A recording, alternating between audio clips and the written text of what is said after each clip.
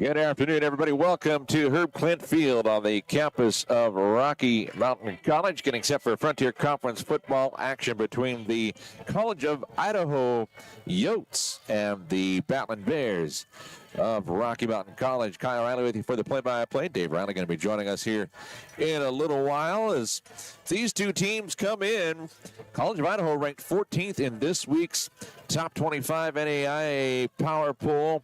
They have a record of 3-2 overall, 1-1 in conference play, but they moved up 5 spots last week after coming away with an overtime victory at home against Montana Tech by a score of 45-37, and it was quite a game between the Yotes and Montana Tech, as it was a fairly low-scoring affair for the first 3 quarters. It was 6-3, Yotes on top after the first quarter. Each team scored a touchdown in the second, so it was 13-10 at the half.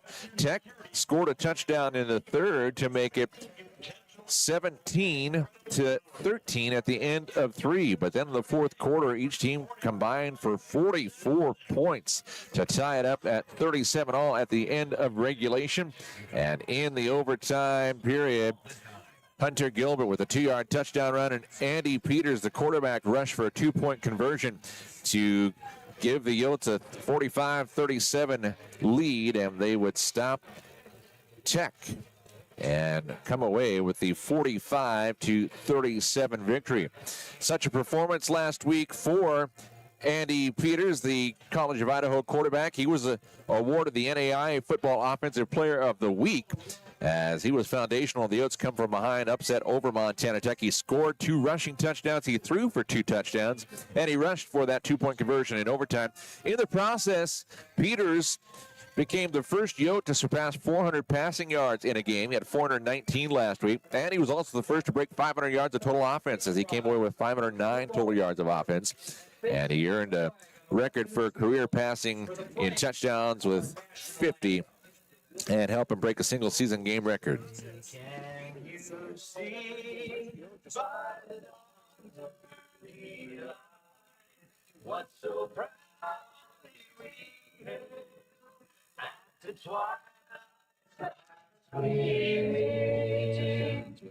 whose broad stripes and bright stars through the over the rainbows we watched were so gallantly streaming, and the rockets ran the mercy gave proof through the night that our flag was still there. Oh, say does that star-spangled banner yet wave o'er the land of the free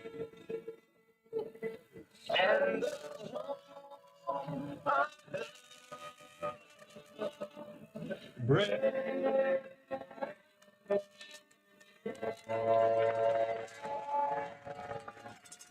As the singing of the national anthem, let's go ahead and go to our pregame interview with head coach Chris Stutzry. Getting set for Frontier Conference football action between the Yotes of the College of Idaho and your Battlin Bears. Time for our pregame interview with the head coach of Rocky, Chris Stutzry. Coach, tough game last week. You guys had some good opportunities there at the end, and unfortunately not able to come away with the victory. Yeah, can't turn the ball over, especially in the red zone. And we've got to play better complementary football. When we need to stop, we got to get a stop. We need to score, things like that. What are keys that you do take away from good things that happened last week? I think guys are, continuing to battle. I know it's hard to say. You want to see the wins come up on the scoreboard, and especially on homecoming and at home games and things like that. But, proud of our guys for fighting and then responding and having a good week of practice this week. Well, you got a tough matchup this week in College of Idaho. They played last weekend at home against Montana Tech. Ended up going into overtime, but 44 points scored in that fourth quarter alone between those two teams. Are we going to expect a high-scoring affair, do you think? Yeah, whatever it needs to be to get a win. 3-0, 45-44, whatever it may be. But two quality opponents in that game last week of Montana Tech and College of Idaho. So, I'm not sure kind of what happened in the fourth. They started making big plays and things like that. But another Frontier close game.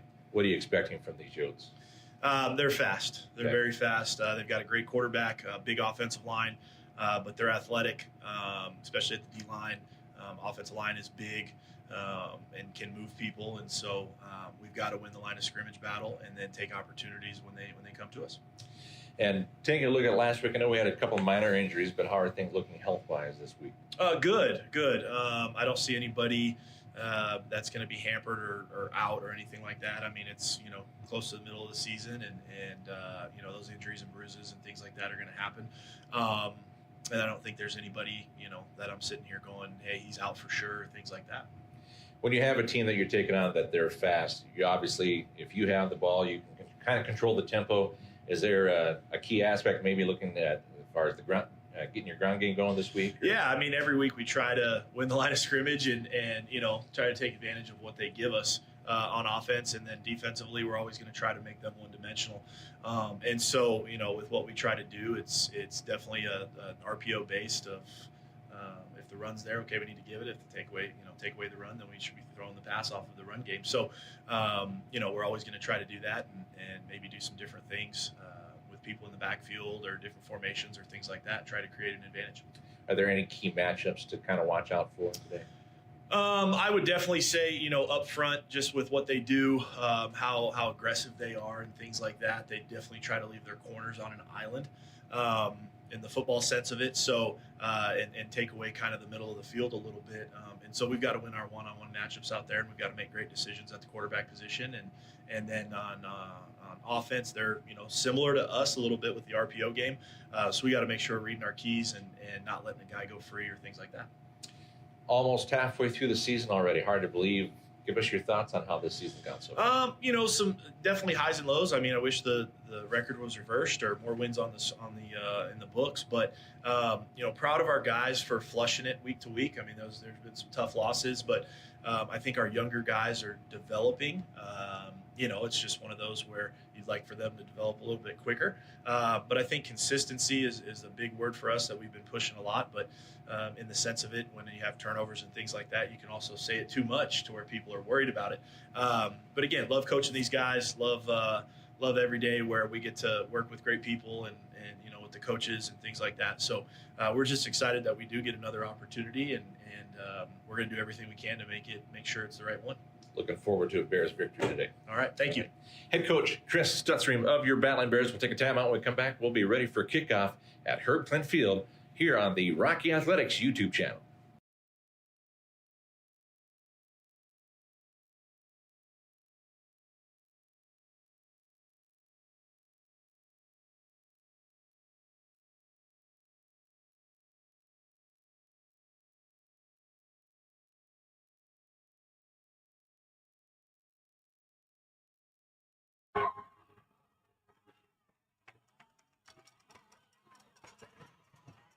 All right, welcome back. They are not waiting until the 7 minute after for kickoff today, as we have already had the toss. The College of Idaho called tails. They won the toss. They elected to defer, so putting a foot in it is the kicker, Will Botch, and it's going to be taken back at the 2-yard line by Deniro Killian Jr. He gets up across the 15. He's going to be met at the 19-yard line. They're going to spot him up to the 20-yard line for forward progress, and the Battlin Bears will start with it. 1st and 10 from their own 20, 14:54 left in the first quarter of play. So, Deniro Killian Jr. with a return of 18 yards, and the Battlin Bears will kick off, or start the first time on offense this afternoon. Brandon Buell comes out to lead the charge. Buell working out of the gun. He's played 4 games. He's passed 70 for 116 attempts. And a handoff straight ahead goes to Ben Rooney. Rooney gets across the 20 up to the 22-yard line, a gain of 2 for Rooney. His first carry of the afternoon in 4 games, he's averaging 44 carries for 179 yards, averaging 4.1 yards per carry and 44.8 yards per contest. 2nd and 8 from the 22-yard line. 2 receivers split out either side. Buell, quick pass right side. It's caught by Mr. Jack Waddell, and Waddell gets it up to the, is going to spot it at the 27-yard line, a gain of 5 on the first completion of the afternoon. So to bring up 3rd down and 3 yards to go from the 27-yard line. Already a minute into this first quarter as the Battlin Bears on their opening possession. Ball on the right hash mark. First possession of the ball game. Buell rolls out to his left. Buell under pressure, and he's going to be brought down back the 20-yard line for a loss. And getting there on the stop was Tucker French, the defensive end, a sophomore. It's going to be a loss of 7 yards on the sack. And that'll bring up 4th down and 10, and the Battlin Bears will have to punt it away. So it was looking promising. 3rd and 3 as Buell rolled out to his left, but he had pressure there from French and company, as French had some help from Sam Lowings as well. And the Bears will punt it away. Jason Weston will get the punt off. It's going to be fair caught, sliding on his knees to make the catch at the 45-yard line is the return man, Gavin Ozuna. They're going to spot him up to the 46. So first possession for the Yotes will be good field position at their own 46-yard line, as the public address announcer and I are in lockstep on that announcement. Andy Peters, we mentioned he was the NAIA Offensive Player of the Week. He's leading the offense for the Yotes in 5 games. He's 96 completion on 159 attempts for 1,210 yards already. And there's a handoff and a tackle for a 2-yard loss, as on the carry was Gilbert, and Gilbert is brought down for a 2-yard loss. Cade Reynolds, in on the stop for the Battlin Bears. But Andy Peters, 1,210 yards through the air, 10 touchdowns, 5 interceptions, averaging 242 yards per game. But he threw for over 400 in the overtime victory against Tech last weekend at home in Caldwell. 2nd and 12 from the 44. Handoff to Gilbert once again. Gilbert cuts off the right guard. He's got a hole. Gilbert up into Rocky territory, is tripped up at the 30, and he'll be brought down at the 34-yard line. That's a gain of 22 yards on the run by Hunter Gilbert, and a first down for the Yotes. They're averaging 26 first downs per contest, and that is their first one here of the afternoon as they get into Rocky territory for the first time. 1st and 10 from the Rocky 34. Just under 12 to go in the first quarter of play. 2 receivers left side, 1 to the right. Fake the handoff. No, they will hand it off to Gilbert. Gilbert trying to go off right tackle, and Gilbert gets out ahead to the 31-yard line, a gain of 3. So he has all 3 touches so far this afternoon for the Yotes offense. 2nd down and 7 from the 31-yard line. 11.5 to go in the first quarter. Yotes, the 14th ranked team in the nation, as they have a record of 3-2 overall, 1-1 in conference. Battlin Bears 1-3 overall and 0-2 in conference play. High snap to Peters. Peters pass over the middle. It's going to be caught going to his knees to make the catch at the 16-yard line. That is Jace Appleby. Nope, check that. John Krebs, who makes the catch. And that's a first down for the College of Idaho, first one through the air. That went from the 31 to the 16, so a 15-yard pass completion for the Yotes. Here's the 5th play of the drive as they are in the red zone. 1st and 10 from the 16-yard line. 2 receivers, 1 split on either side. Handoff goes to Gilbert. Gilbert trying to off the left side. Gilbert's got a hole. He's inside the 5. He runs into 2 Rocky defenders as he gets across the goal line and in for the touchdown from 16 yards out.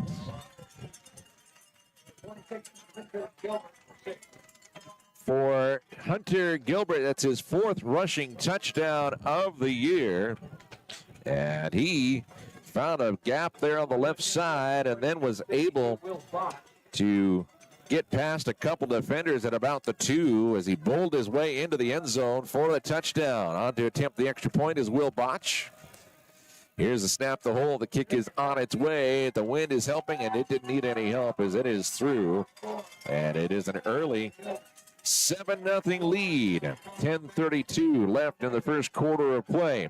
Yotes on top of the Battlin Bears, 7-0. Back in a moment here on Go Battlin Bears and the Rocky Athletics YouTube channel.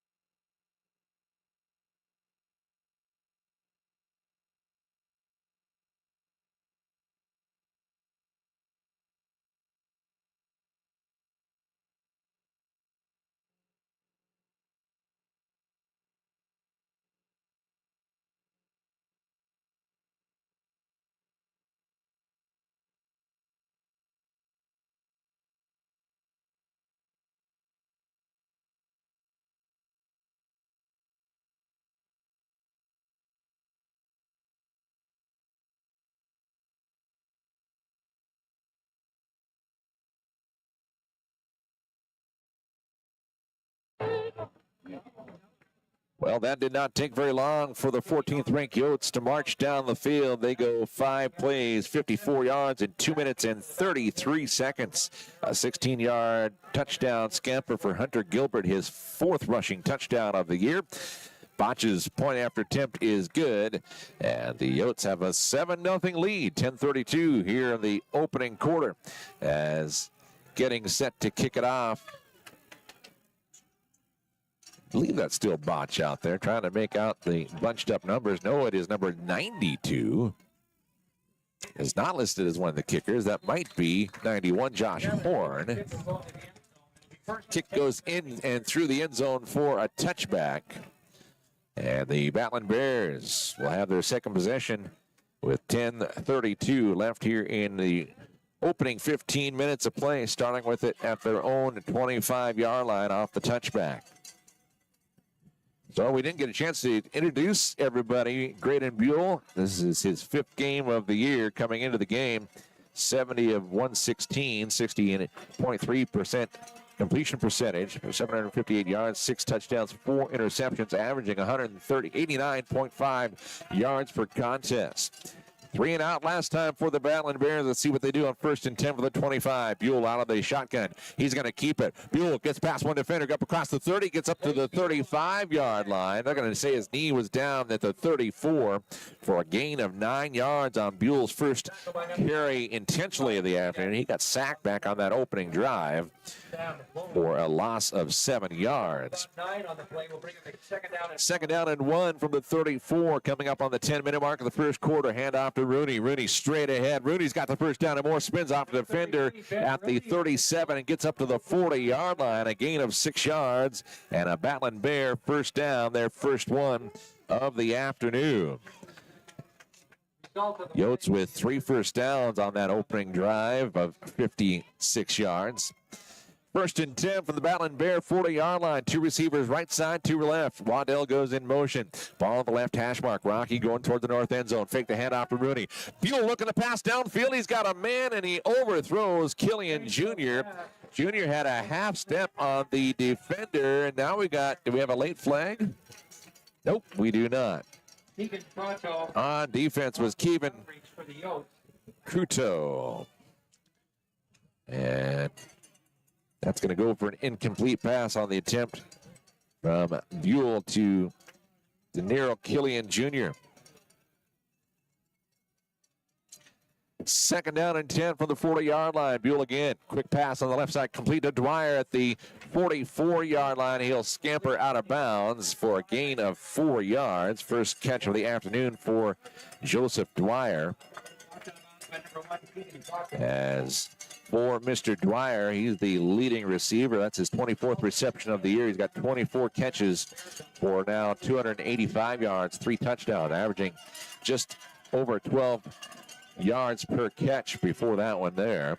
And the offense looks over to the west side. And offensive coordinator Tegan Bloom making the calls. 3 receivers right side to the left. Nobody on the hip of Buell this time. Looking right sideline. Got a man open. Jack Waddell in stride at the 26. Goes ahead and is brought down at the 17. They're going to call it 18-yard line. So that'll go for 38 yards on a great catch in stride by Jack Waddell. His 2nd reception already on the contest. And the Battlin Bears are in the red zone. 1st and 10 from the 18-yard line. Ball on their right hash mark. Buell out of the gun looking left. He's got nobody there. Buell's going to tuck and enter as he had pressure. He slides feet first down to the 10-yard line. A late defender coming in. No flag throw. As he'll slide down, they're going to say down to the 7-yard line. Or excuse me, to the 12. That'll be a gain of 6 yards on the carry by Buell. In Yotes territory. 7th play of the drive already coming up for the Battlin Bears. Under 8 minutes to go in the first quarter. Bears trailing 7-0, but they are knocking on the door. 2nd and 3 from the 12. And it's going to be a keeper by Buell. Buell not going to be able to go anywhere that time around as Buell brought down by Kessler Fellman. And Fellman had help as well in there from, I believe, number 32 or 92.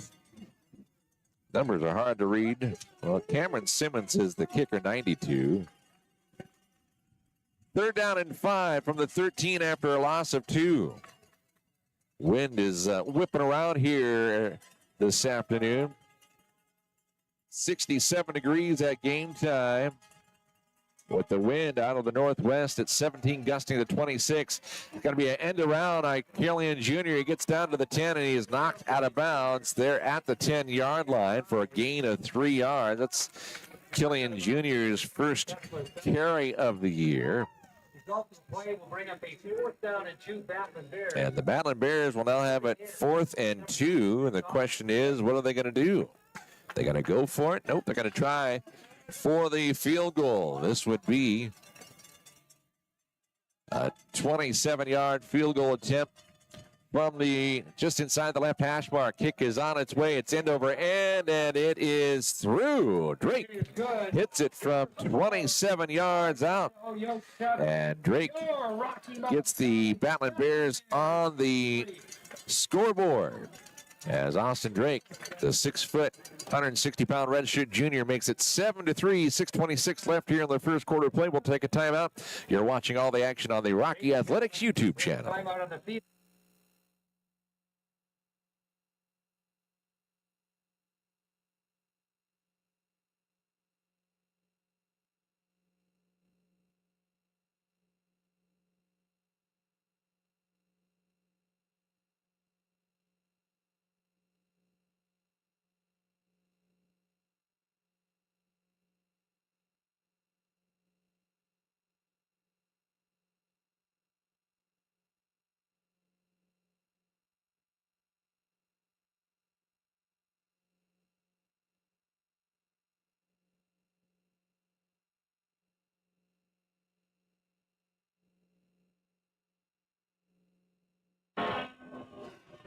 All right, we are back from the timeout. Battlin Bears on the scoreboard after the 65-yard drive ended with a 27-yard field goal by Austin Drake, 7-3. The Yotes on top of the Battlin Bears. Yotes, the 14th ranked team in the NAIA this week after they came away with the overtime victory at home against Tech last weekend. It's going to be a kickoff return and a nice one down the right sideline as Jace Appleby will get it all the way up to the 40-yard line. They're actually going to spot him at the let's see here. They're going to spot him at the 38-yard line. He took it at about the 5, so a 33-yard kickoff return for Jace Appleby at their own 38, leading by 4. over the Battlin Bears, their second offensive possession of the afternoon.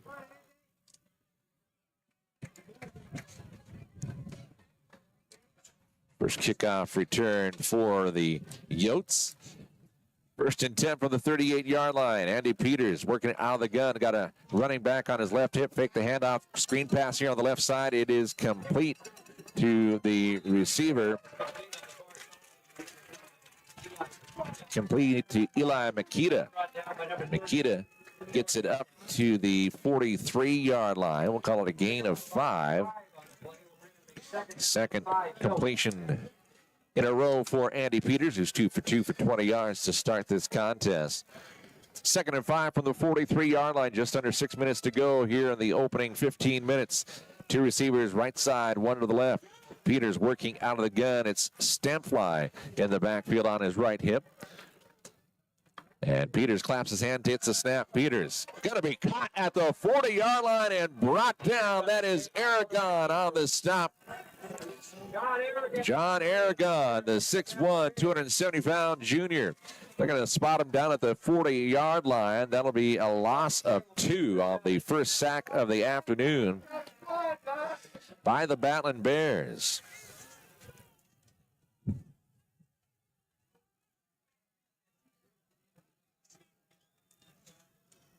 So it'll be 3rd down and 7 from the 41-yard line. Two receivers right side, one to the left. Ball in between the hash marks, shaded toward the left-hand side. Out of the gun. Peters going to keep it. Peters saw nothing down the field. He cuts over the right side. Peters up across midfield. He runs out of bounds on the scamper at the Rocky 47-yard line. That'll be good for 12 yards and a first down. And Dave Riley, you are here with us in the booth. What are you seeing so far?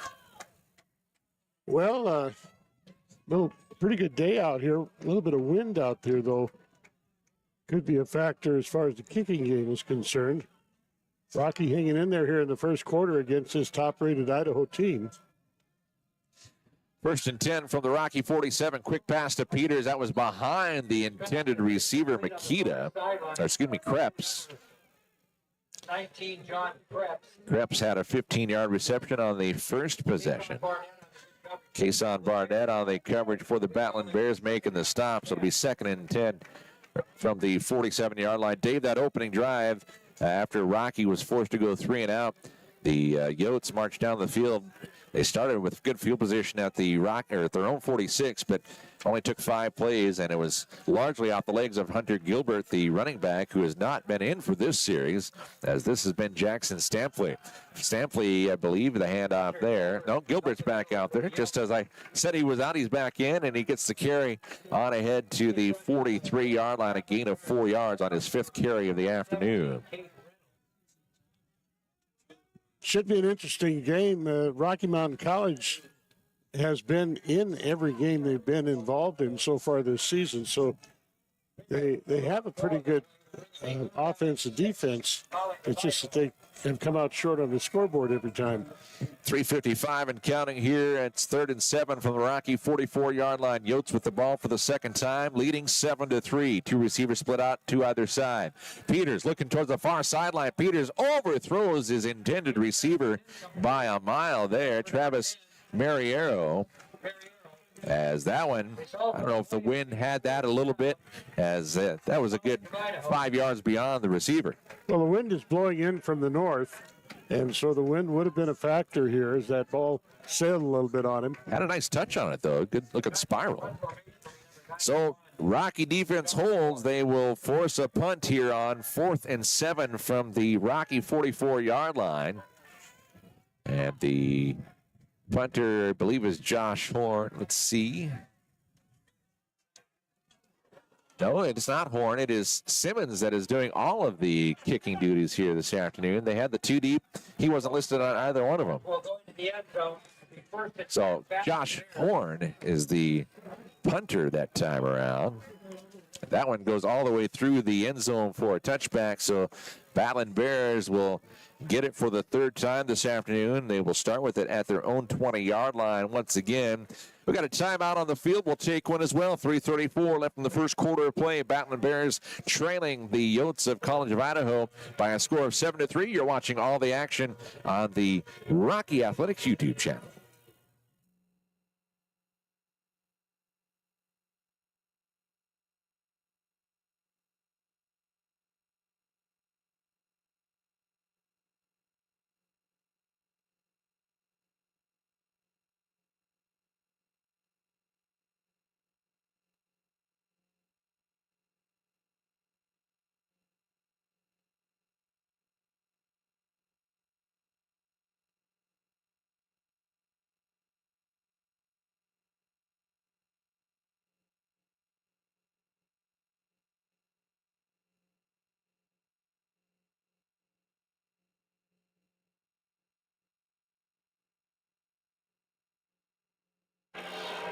Just a reminder that Rocky Mountain College has partnered with Urk Hotels for all of the 23-24 streaming season based in Missoula, Montana. Urk Hotels has been managing and developing lodging properties in the Northwest region for over 30 years. With their partners and investors, they have developed and built hotels in Montana, Washington, and Idaho, and they currently offer 900 guest rooms, 22,000 square feet of conference space. At Urk Hotels, they're dedicated to serving their people and properties, inspiring a culture of exceptional hospitality. Ben Rooney finds a hole. He's off to the races across midfield, still inside the 35 to the 30, and he is brought down at the 30-yard line. That'll go for 50 yards. The result of that off the play will be a Rocky Mountain. Battlin Bears with a first down. As it was coming up, Dave, I'm not sure if it was a screen pass or was it a carry. Well, I was a little busy, but I think Short pass, I thought so as well. Okay. I think I might have started a trend here that when we need a big play, let's talk about Urk Hotels. 1st and 10 from the 30-yard line. Buell's got some time. Buell now feeling the pressure, gets a ball. He'll just toss it out of bounds here on the near sideline on the east side of the field as he realized he was not going to be able to complete a pass that time around. He had some good coverage initially, good protection, and then a couple of white jerseys coming after him. And Buell rolling out to his right decides to throw it out of bounds. It'll be 2nd and 10 from the 30-yard line. Battlin Bears back into Yotes territory. They went 3 and out on their opening possession, but had a field goal to answer the touchdown by the Yotes on the last possession. And back here now at the College of Idaho 30, 2nd and 10.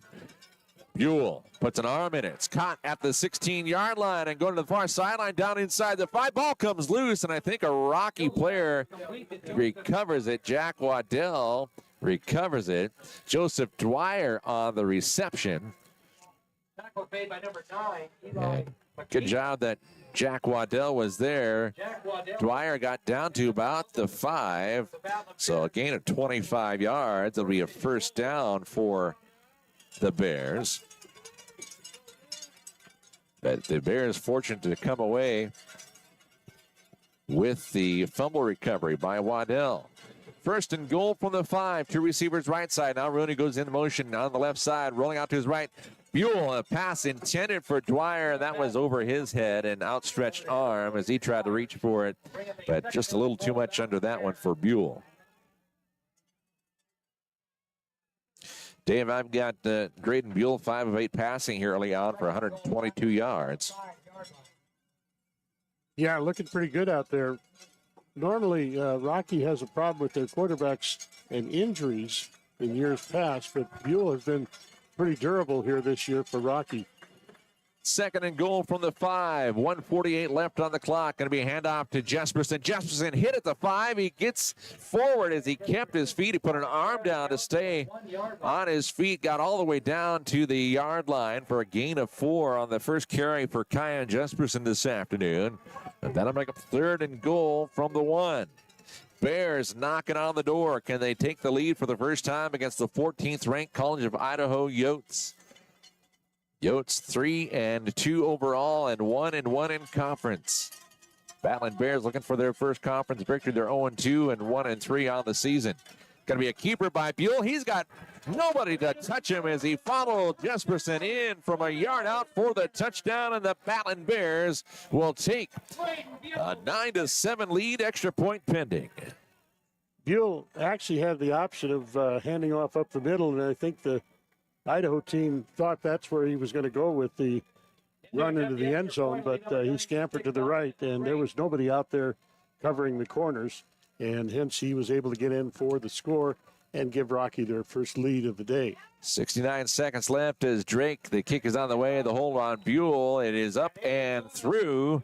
1:09 left in the first quarter of play. The Battlin Bears now on top by a score of 10-7. We'll take a timeout and come back here at Herb Klindt Field. You're watching the Yotes and the Battlin Bears on the Rocky Athletics YouTube channel.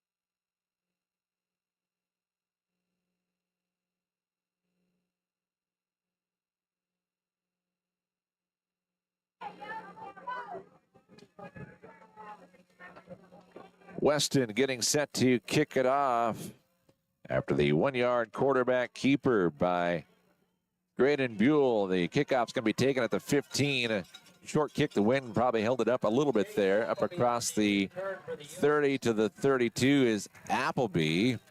And the Rocky Special Teams unit excited about the coverage there, as that will go for a return of 18 yards on Appleby's second return of the afternoon.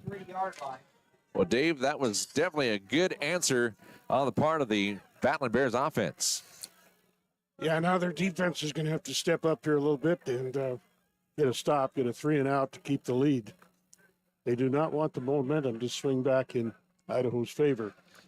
So with 1:03 to go here in the first 15 minutes of play, Yotes trailing now 10-7. There's a pitch out on the left-hand side to Gilbert. Gilbert, nice little spin away from the initial man in the backfield.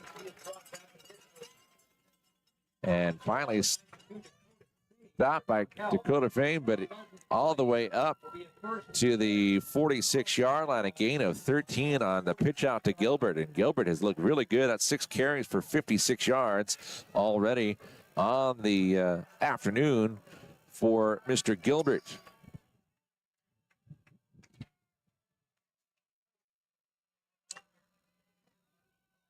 Fake the handoff to Gilbert. Here's going to be pressure, and tucking it under is Peters. Peters is going to be caught at the 45, and he'll fall ahead to the 43-yard line.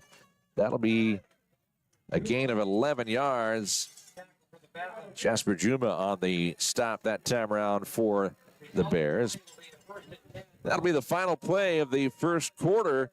And at the end of 15 minutes of action, the Battlin Bears leading the Yotes of College of Idaho by a score of 10-7. We'll take a timeout, come back for the second quarter. You're watching all the action on the Rocky Athletics YouTube channel.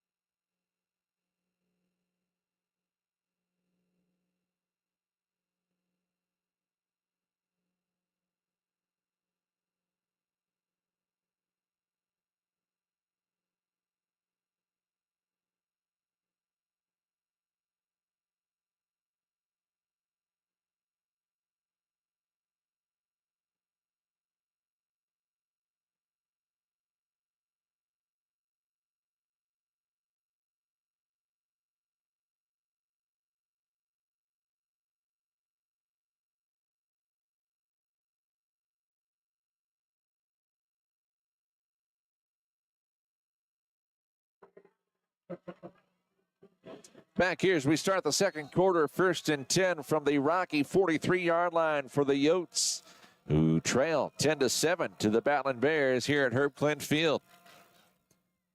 Fake the handoff. Peters looking deep down the field. He's got a receiver half step beyond the defender, but Tommy Hauser was not going to be able to catch up to that one. On defense for the Battlin Bears was Kason Barnett.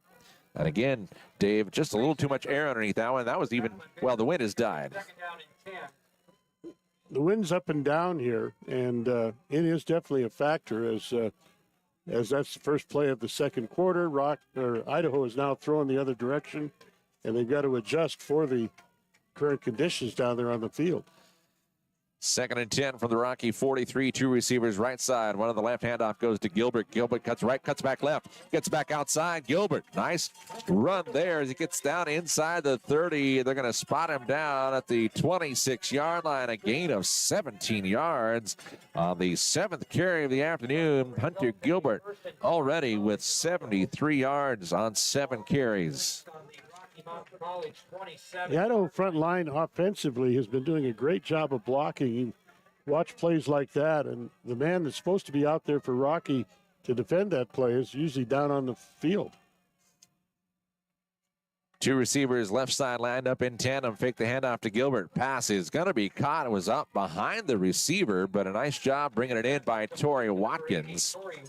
And Watkins will get it on ahead from the 27 down to the 22, a gain of 5 on the 3rd pass completion of the afternoon. That's first one of the last 4 attempts for Peters. That time the Rocky defense backed off on defense, and that made that play possible for another good gain by Idaho. All right, so the 5th play of the drive coming up here, 13:43 and counting in the first half. Yotes with the ball, trying to get back into the red zone. They trail by a score of 10-7. 2 receivers right side, high snap. Peters takes it. Peters looking over the middle. Peters got a man in the end zone. It's going to be backing into the end zone with the back pedal by John Krebs. That'll be good from 22 yards out, and the Yotes retake the lead here in the second quarter. Nice pass play that time, and as you said, the offensive player wide open for that catch backing into the end zone. Gives Idaho a 3-point lead, and they'll go to try to tack on another point, kicking the extra point here.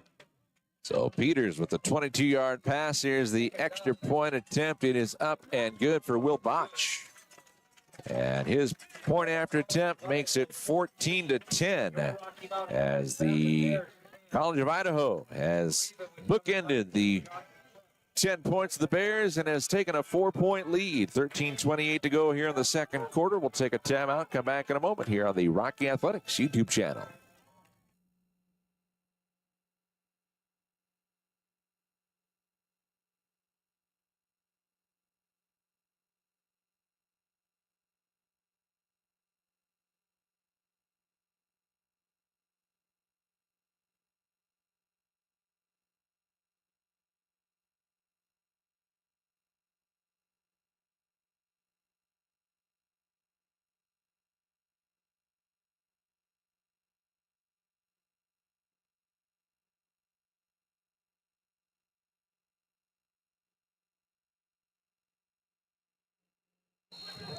Well, Dave, another quick touchdown drive for the Yotes, as that one only took a total of 5 plays to go 66 yards in 2 minutes and 35 seconds.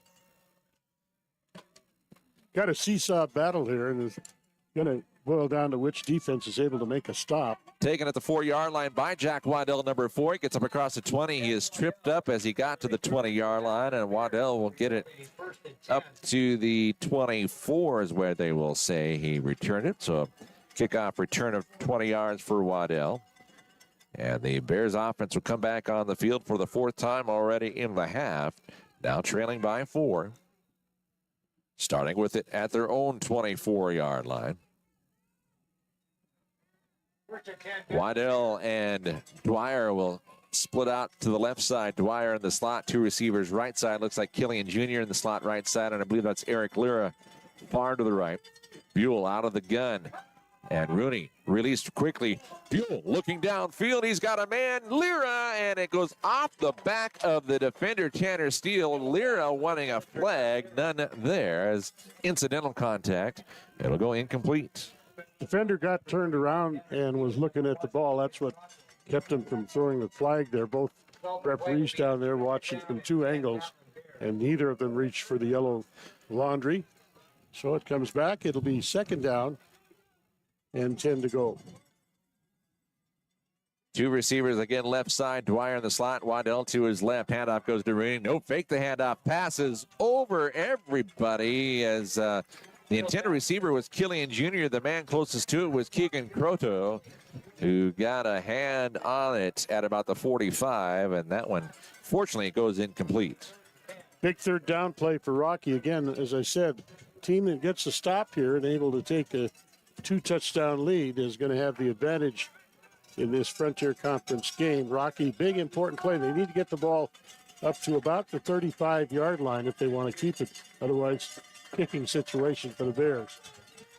So two receivers split out either side. Buell out of the gun. Got Rooney on his hip. Rooney releases out of the backfield. Screen pass to him is complete at the 25, but he's going to be met immediately. And Rooney was met by Amari Bluford. And he gets forward progress to the 26, but that's only a gain of 2, not the 10 that they needed. So it'll be a 3-and-out for the Bears. Second time they've gone 3-and-out this afternoon.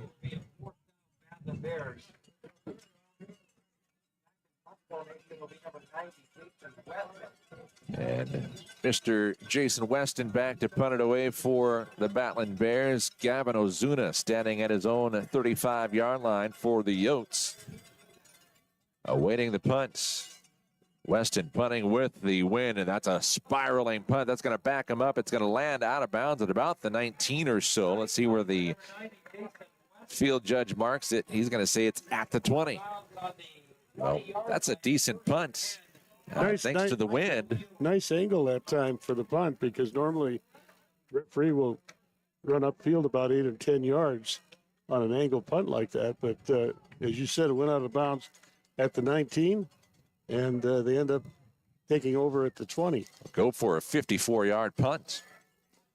Brandon Stinson, the man with water stepping by. Thank you, sir. Appreciate it.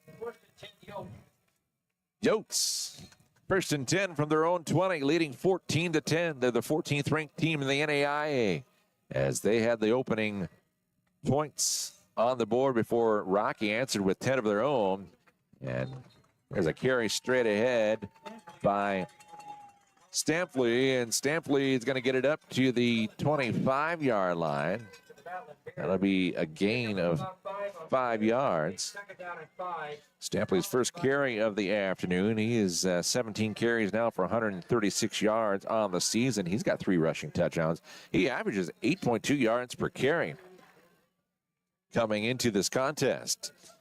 Got trip receivers left side lined up in a triangle there just outside the left hash mark, and one receiver right side. It's going to be a keeper by Peters, running his all the way. Peters gets outside. He's going to be bumped out of bounds at the 32-yard line, a gain of 7 yards, and move the chains for the Yotes. He knew where he had to get the first down, and inside was not looking any good for him, so he was able to use his speed to get out, get the first down.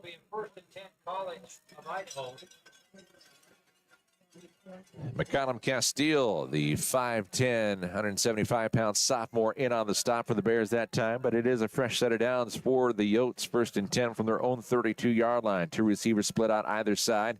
On the right hip is the defender, and the ball was tipped, and Castillo cannot get there in time. That's good hands there out front for the Battlin Bears. That'll fall incomplete. Fortunate for the College of Idaho, that ball tipped up in the air. And number 22 for Rocky, Malcolm Castile, actually was the closest man to the ball. And he had a pick 6 going if he could have caught it. So they'll have 2 receivers lined up in tandem left side, 1 receiver right side. I believe that's Stampley on the right hip of Peters.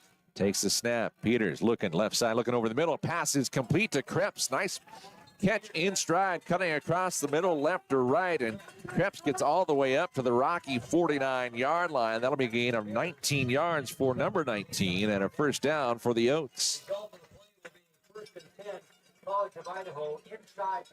That, by my count, their 8th first down of the afternoon. 10:40 and counting here in the first half of play. Yotes with the ball for the 4th time in this ball game. They've scored on their 1st and 3rd possessions. They lead by 4 over the Battlin Bears here at Herb Klindt Field. 2 receivers left side, tight end left side as well. Peters will pitch it out to Stampley. Stampley gets away from Castillo, and he gets it back to the line of scrimmage, and that's about it. I believe John Aragon got out there pretty quickly, and he had some help as well. Stampley, no gain. He's 2nd down and 10. The contact behind the line of scrimmage by Rocky actually slowed the play down and saved any kind of a big gain on the play. It's 2nd and 10. Just inside Rocky territory. Just under 10 minutes to go here in the first half. 2 receivers split out, one either side. Peters out of the gun. Peters handoff to Stampley, and he found a hole. Somehow squirted out of the middle as he went straight ahead. Got down inside the 40. Is ridden down from behind the 44. At the 35 by Cade Browning. And that'll be 14 yards and a first down on Stampley's 3rd carry of the afternoon. 35-yard line. So 1st and 10 from the Battlin Bear 35-yard line. Yotes with a 4-point lead and the football. 9:18 to go here in the first half of play. 2 receivers split out to the right. Tommy Hauser, and behind him is John Krebs just to the outside off his right hip. Going to be a keeper by Peters after they fake the handoff. Peters gets it down to the 26-yard line. You could hear the oohs from the crowd down below as that was a pretty hard contact on the finish. It'll be 9 yards for the keeper by Peters. Defensive changes for the Battlin Bears. 2nd and 1 from the 26-yard line. Will Botch is practicing his field goal kicks here down and just to our right into the net. 2nd and 1 from the 26. 2 receivers right side, 1 to the left. Peters out of the gun. He's got Stampley on his left hip. Takes the handoff. Peters looking over the right side, and Krebs has it defended well that time around by Trey Smith. By number 2, Trey Smith. Nice job there by Smith as Krebs was looking it in. He thought he had a nice big reception. Then Krebs batted it away. Trey Smith batted it away. So bring up a 3rd down and a yard. Can the Bears defense hold? 26-yard line of the Battlin Bears. 8:25 left in the first half. Some movement. The defensive line comes set again. And maybe a quick change here by Peters. 2 receivers right side in the slot is Mr. Hauser. It's going to be a carry straight ahead, and Gilbert with the extra effort gets it down to the 25-yard line. He got the yard needed, and that's a first down. Castillo in on the stop initially, but could not make the stop on the hard-running Hunter Gilbert. 24-yard line. Gilbert, 5'8", and he's a running back out of Tigard, Oregon. Played for Tigard High School. 1st and 10 from the 24, and Gilbert.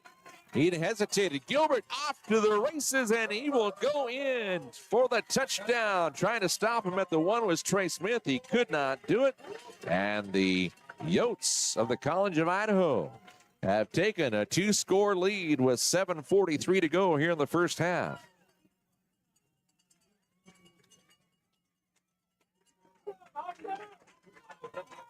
Again, good blocking by the University of Idaho on the front line. They have literally controlled that front line in this first half of play, and hence they are in the lead now, looking to add on. Bosch's kick is plenty of distance through for the extra point attempt, and the Yotes take a 21-10 lead with 7:43 left in the first half of play. Yotes on top. The Battlin Bears will take a timeout. You're watching all the action on the Rocky Athletics YouTube channel.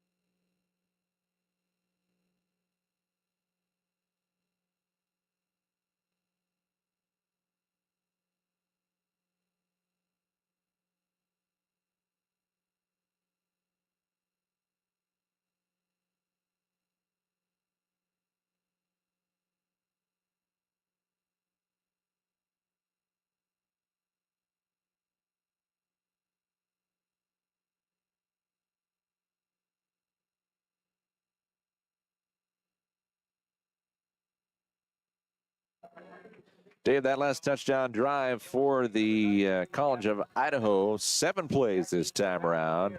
They go 80 yards in 4 minutes and 56 seconds. The second rushing touchdown of the afternoon for Hunter Gilbert. I've got him 9 carries for 98 yards already in this contest. Impressive play for the College of Idaho as they'll kick off from the 35-yard line with 7:43 to go in the half, leading by 11, 21-10 our score. The kickoff going to be taken, a short kickoff taken at the 15-yard line by Jack Waddell. He found a little hole. Jack Waddell up the left sideline. He gets across the 45 and will be pushed out of bounds from behind.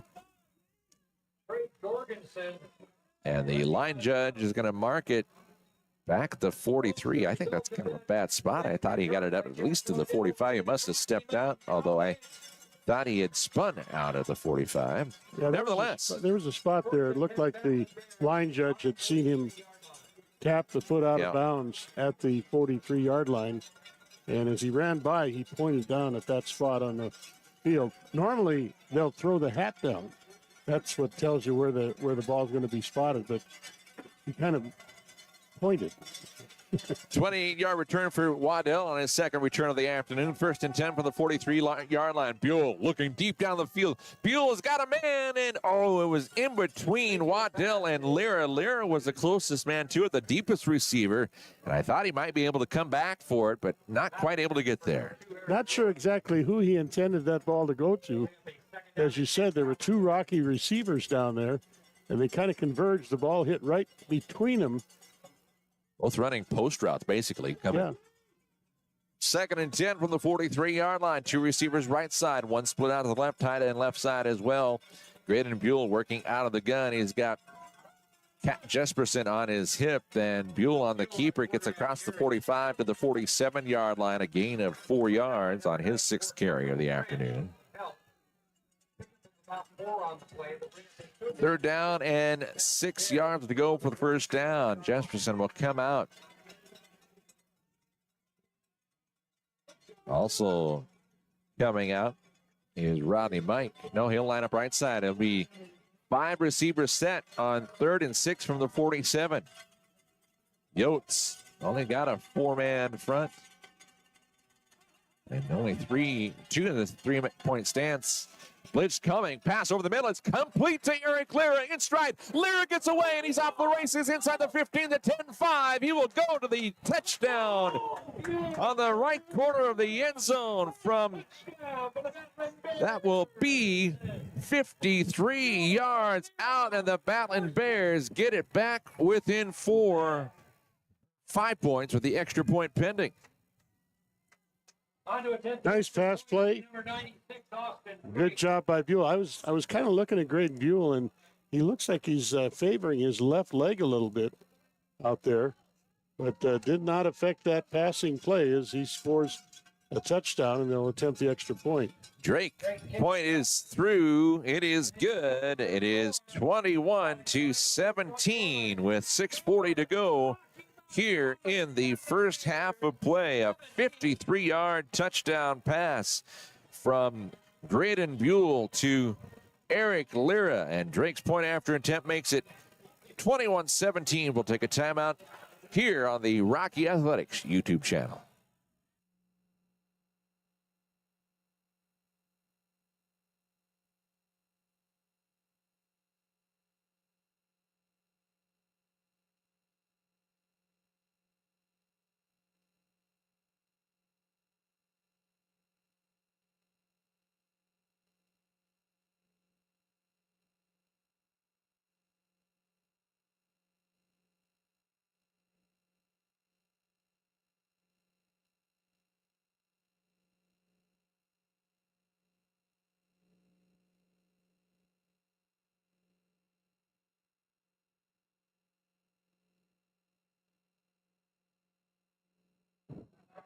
Well, Dave, that was a quick strike for the Bears. 3 plays, 57 yards in 56 seconds. The throw on 3rd and 6 from the 47 goes for 53 yards. And the touchdown. A great pass from Buell to Lyra. Kickoff taken at the 2-yard line by the return man. That is Jace Appleby. Appleby hit pretty hard as he got up down about the 25-yard line. DeAndre Reed was the man who put the good hit on him there. First and 10, College of Idaho. College of Idaho will start with it at their own 23-yard line. Return of about 19 yards for Appleby that time around. Yotes leading by 4 as Rocky is answered with their second touchdown of the afternoon. Fake the handoff to Gilbert, rolling out to his left as Peters. He's looking deep down the middle. He's got a man wide open, caught in stride at the 40, and nobody is going to get to the receiver that time around, as going in from 67 yards out is Eli Makita.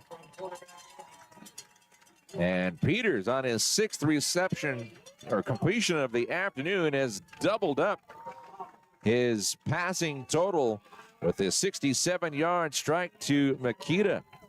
And the extra point is pending as we've got a Rocky player down back around the original line of scrimmage.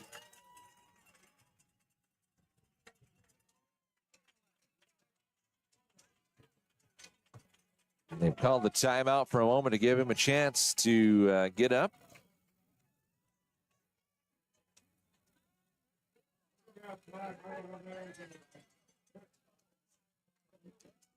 Eli Makita, I did not have him as far as individual stats on my stat sheet.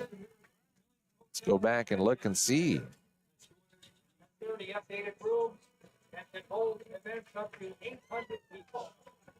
Yeah, Makita is not even listed on the individual stats. Let's double check and see. There are a couple of number 9s. Brock Richardson. 6 minutes, 4 seconds. 6 minutes, 4 seconds. Be Brock Richardson. But even so, he's listed with no receptions. Will Botch on to try and attempt the extra point. The hold by Shield. The kick is on its way, and that one would have been good from about 40 yards. As it is now 28-17. The Yotes back on top by 11 points. We'll take a timeout and come back here to Herb Klindt Field. The Yotes and the Battlin Bears on the Rocky Athletics YouTube channel.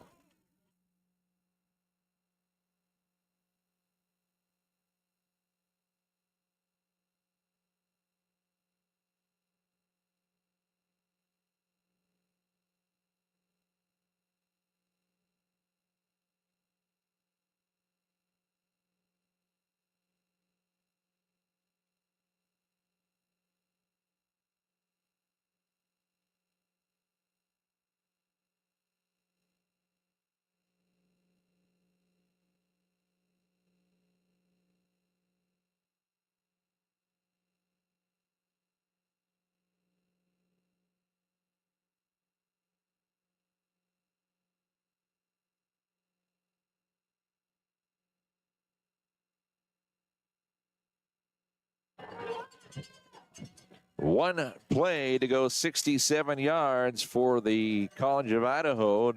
Their fourth touchdown of the first half. As they have 11-point lead again. Here's the kickoff. It's going to be taken in the end zone by Waddell. He's going to bring it out from 2 yards deep. Gets up to the 15. Working his way hard to the 20-yard line. He's finally stopped there. Return of 22 yards for Jack Waddell. And Dave, it's one of those where sometimes you can wonder if it's not best to take a knee, but he felt good about it. He was able to get back to the 20. He almost took a knee without thinking about it. He stumbled a little bit in the end zone.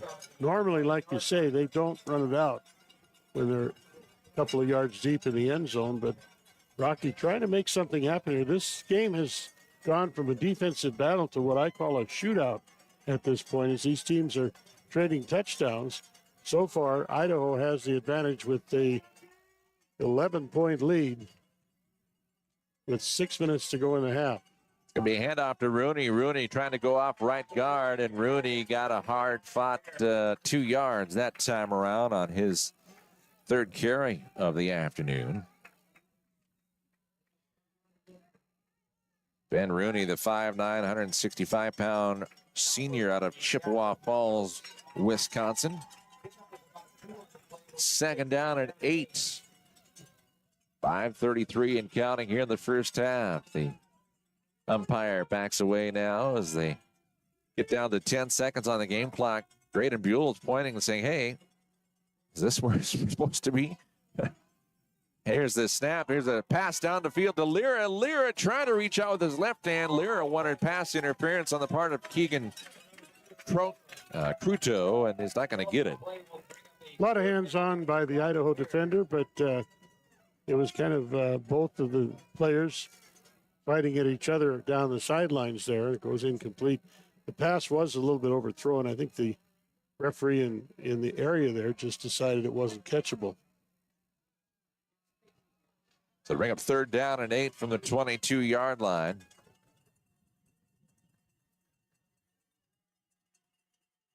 Battlin Bears, 3 receivers right side, 1 to the left. Make the pitch out by Buell, and Buell looking downfield. He's going to keep it, try and get to the sideline, and he will be taken out of bounds. Tanner Leaf there on the stop, and that'll be no gain. He got back to the line of scrimmage. So the Bears will go 3 and out for the third time in this ball game. Reporting in for the Battlin Bears will be number 90, Jason Weston on to punt it away. Wind has died down. It was out of the northwest, 16 gusting to 27 at the start of the game, but it has died down nicely. Sunny skies here in south central Montana. End over end punt is going to be taken at the 36-yard line, and that would have backed up the return man Gavin Ozuna about a yard. And it's going to have it at their own 36-yard line for the Yotes, and they lead by a score of 28-17. 4:32 to go here in the first half of play. A pretty high-scoring affair compared to the last 2 games that we've seen in the first half of those games. Yeah, and right now Rocky's defense is going to have to try to figure out what to do with this running play, or this running program that Idaho has, because at this point, I don't know what the average is, but it's got to be 6-8 yards a carry. Got a flag coming in. A false start's going to be called. And Dave, that is the first penalty of the afternoon here with 4.5 to go in the first half. Normally a very well-disciplined team. Idaho, somebody was a little bit jittery there and able to cause a penalty. Idaho bring up a 1st and 15. So 1st and 15 as the ball goes backwards into Yotes territory. They lead by 11, the 14th ranked team in the NAIA, moving up 5 spots after their overtime victory at home against Montana Tech last weekend, 45-37. That game had 44 points scored in the 4th quarter alone last week. And the Yotes able to score a touchdown with a 2-point conversion by Peters in overtime. And then held on and kept Tech from scoring to complete the overtime victory. They reset the play clock now. And the game clock at 4:34 left in the first half. Peters, he airs it out here on the far side. Nice catch by Jace Appleby. Turning around to make the catch, backpedaling. He gets it down to the 35-yard line. 34-yard pass completion. That was pretty. 1st and 10, College of Idaho. Nice job as Idaho able to move the chains once again, and again picking up good yardage on first down with 4:11 to go in the half. Knocking on the door here again. 1st and 10 now from the Rocky 35-yard line. 2 receivers left side. Gilbert moves from the right hip to the left and now back to the right as the coaching unit calls in the play. Pass over the middle. That is too far out in front of the intended receiver, Tommy Hauser. Trey Smith on the coverage for the Battlin Bears. Yeah, Tommy Hauser. Fellman is a linebacker. Tommy Hauser is the wide receiver. It's one of those situations where there's like 20 different players with double up on the numbers. So it'll be 2nd and 10 from the Rocky 35. Yotes into Rocky territory, leading by 11.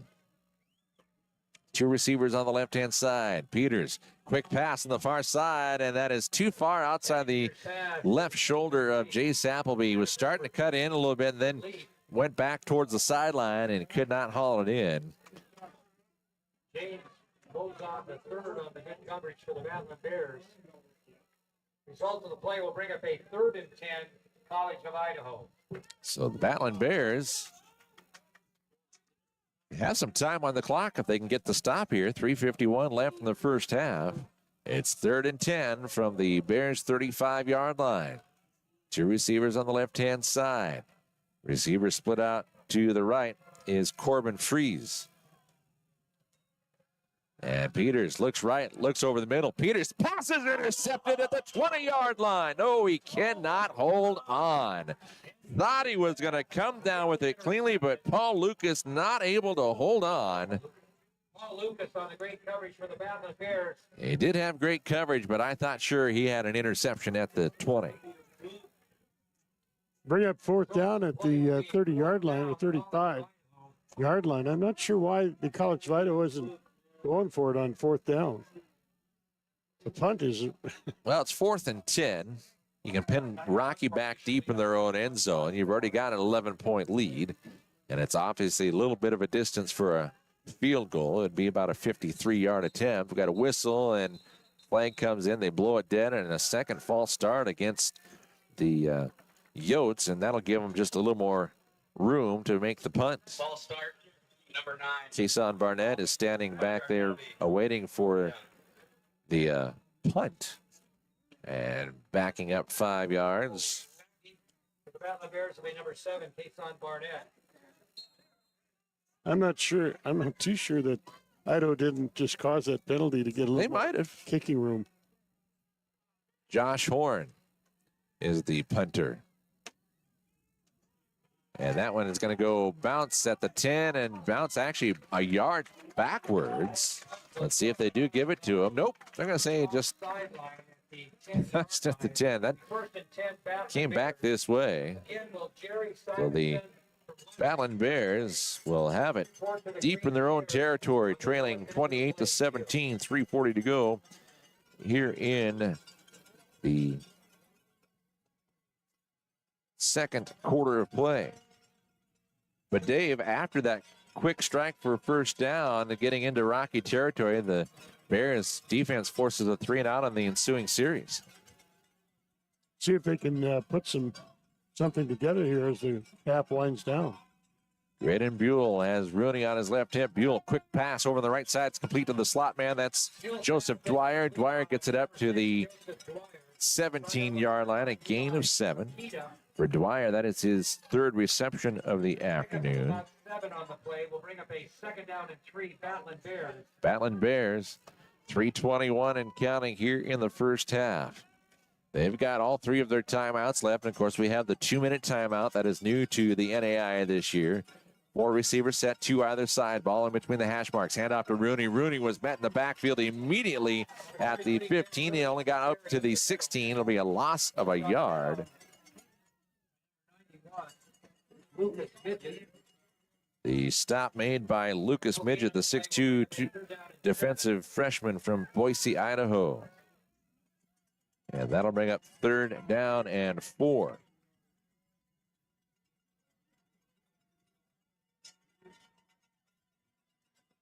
Two receivers split out to the left.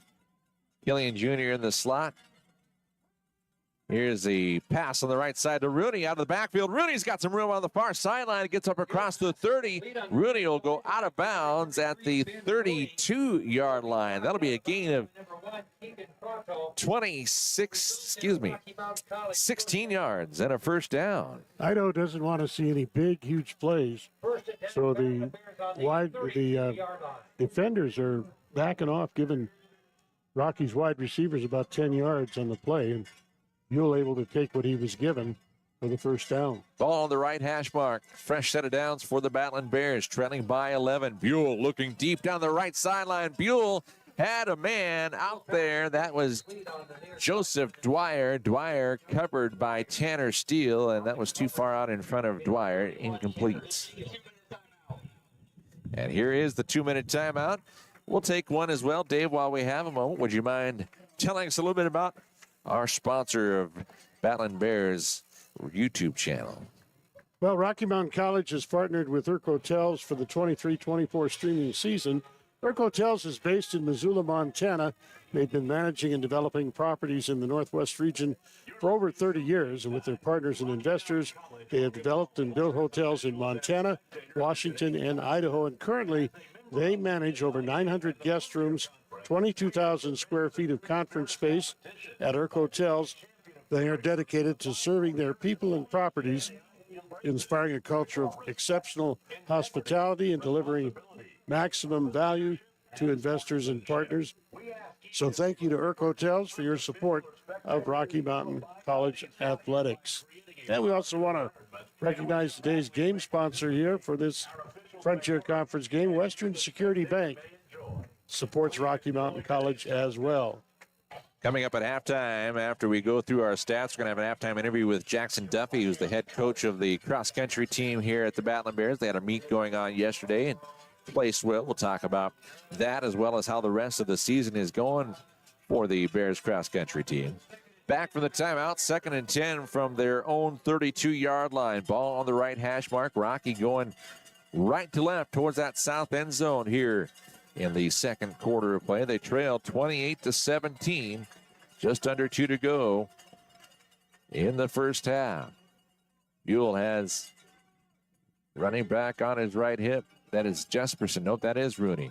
Buell looking deep downfield, has Killian Jr. hits him in stride at the 26. He goes down ahead, down to the 14-yard line.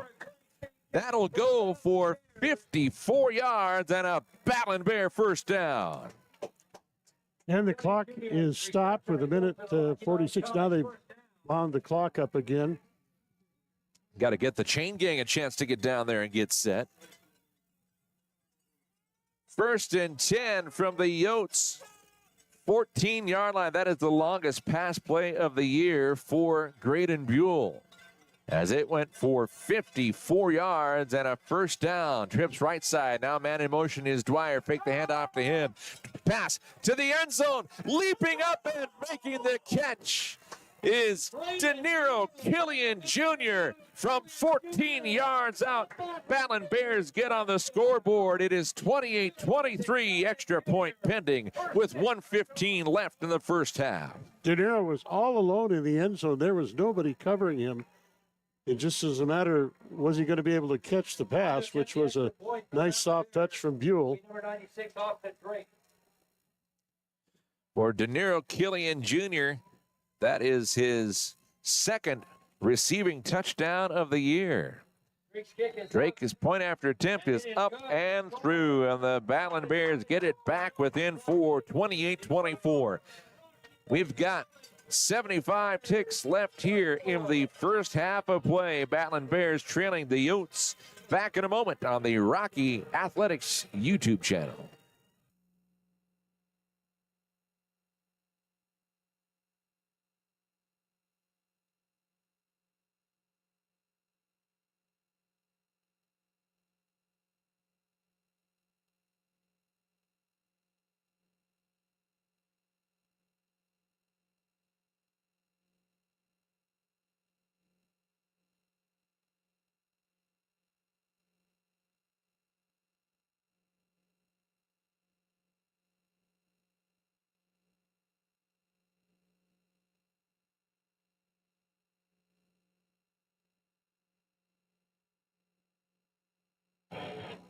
Jason Weston to kick it off for the Battlin Bears. That drive going 2 minutes and 25 seconds, 90 yards. The Bears drive in 5 plays. And Weston's kick goes all the way through the end zone, goes over the railings that are about 10 yards behind the back of the end zone. And a young man excited to pick that football up to return it.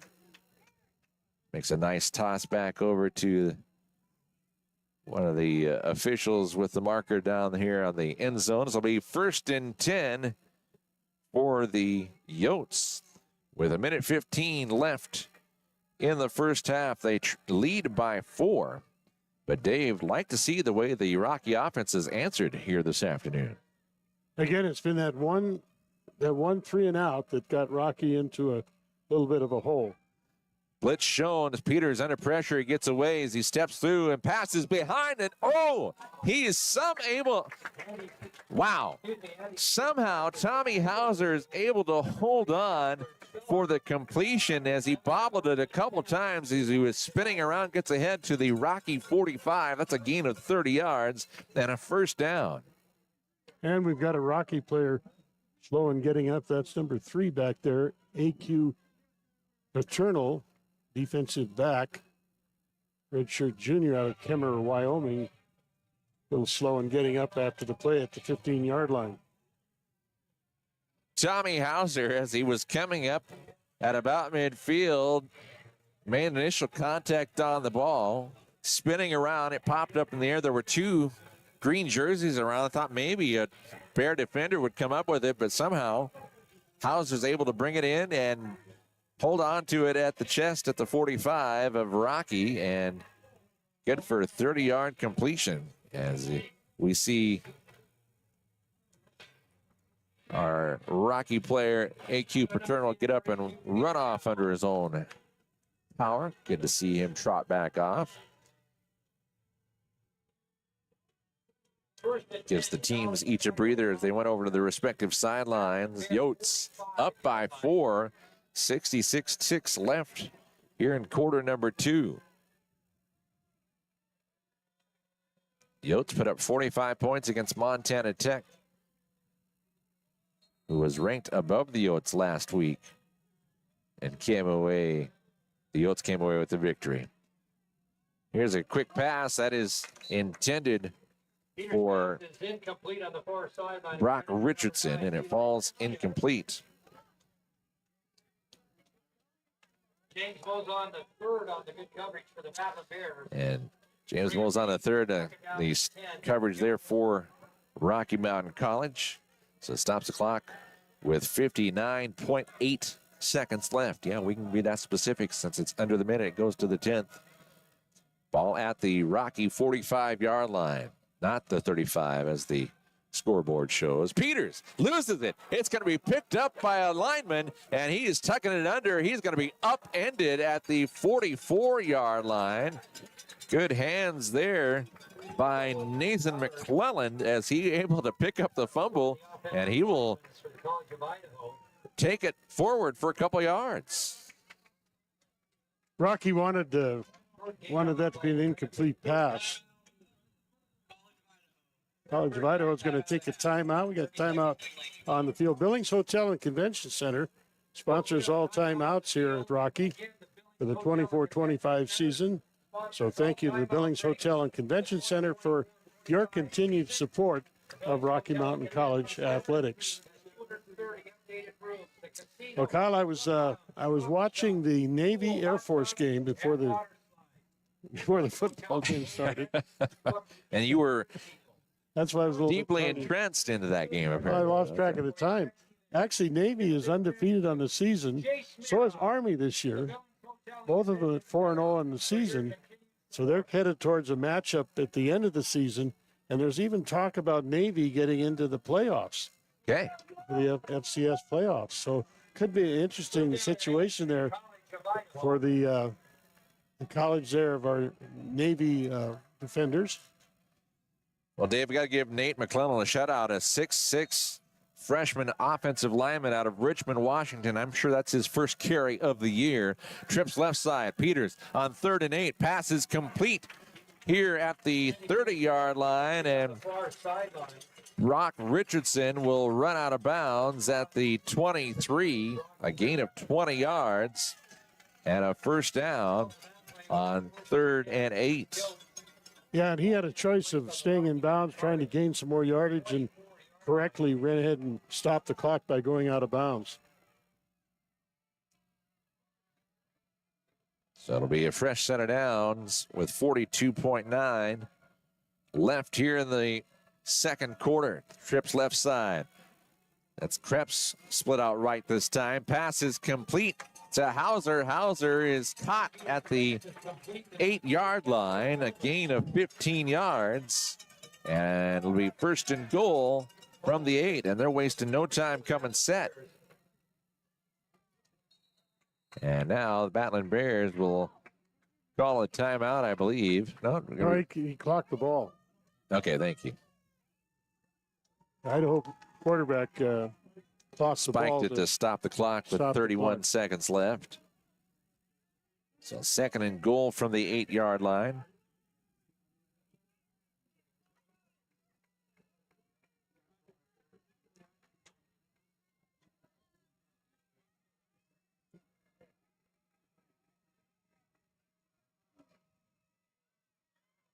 .4 left here in the first half. Yotes knocking on the door, leading by 4. Fake the handoff to the running back. Rolling out to his left. Peters looking to the back of the end zone. The ball is up. Defender had a hand up and Krebs, the intended receiver. And Leaf. No. Dylan Dinas on the stop as the intended receiver was Krebs. And it'll be 3rd and goal from the 8. Well, talked about it last week with Coach Stutz in the interview. This defense has done a lot of bending but not breaking in the last number of games. Yotes have been able to move down the field, but let's see if they can hold here on 3rd and goal from the 8. Receiver goes in motion. That's Hauser. Going to be a pitch out here to the right side. Too far out in front of the intended receiver. Number 24, Jeremiah Chuckwadobe was the intended receiver, and that is incomplete, but we do have a flag down. The referee and the linesman are discussing. And I think it's going to be a decline penalty here. We'll see. It will be 4th down. Penalty is declined. They didn't say what the penalty. Here it comes. Illegal shift. Calling the Bible. 2 players in motion at the snap. That part will be declined. Result of the play is 4th down. Okay. So Coach Stutz says, no, we'll forego the 5 yards for the illegal shift. And timeout called by the Yotes with 22.4 left. Of course, our game day sponsor is Western Security Bank. Yeah, their official from Western Security Bank down in the end zone, he'll receive a game ball at halftime, as is the custom here at Rocky Mountain College. Kind of midway through the season, Rocky Mountain College having a tough year. They haven't won a conference game yet, but they're kind of in the middle of this one. They are against a 14th ranked opponent nonetheless. And of course, last week here against Eastern Oregon on homecoming, you thought Rocky was going to come away with the victory for their first conference win of the year. And as they were driving there in the 4th quarter, the interception in the end zone, the Mountaineers able to march off the final 5 minutes and 21 seconds of that one and come away with a 23-20 victory. But the Battlin Bears have been able to have an answer for the Yotes. So here it is. 4th and goal from the 8-yard line. Slot receiver goes in motion on the left-hand side. That is Joseph Pateo, and we've got a whistle and a timeout called by the Battlin Bears. Their first time out of the half. Yeah, Rocky Mountain College wanted to take a look at the situation out there, and then they called their timeout. Both teams still have timeouts. Rocky has 2, and College of Idaho has 1. And they're here at the end of the first half of play. They're kind of using those timeouts. We do want to thank Irk Hotels again. Irk Hotels, of course, has been sponsoring the Rocky streaming here for the Frontier Conference this year. They're with us again for the 23-24 season. Irk Hotels is based in Missoula, Montana, managing and developing properties and lodging in the northwestern region for more than 30 years.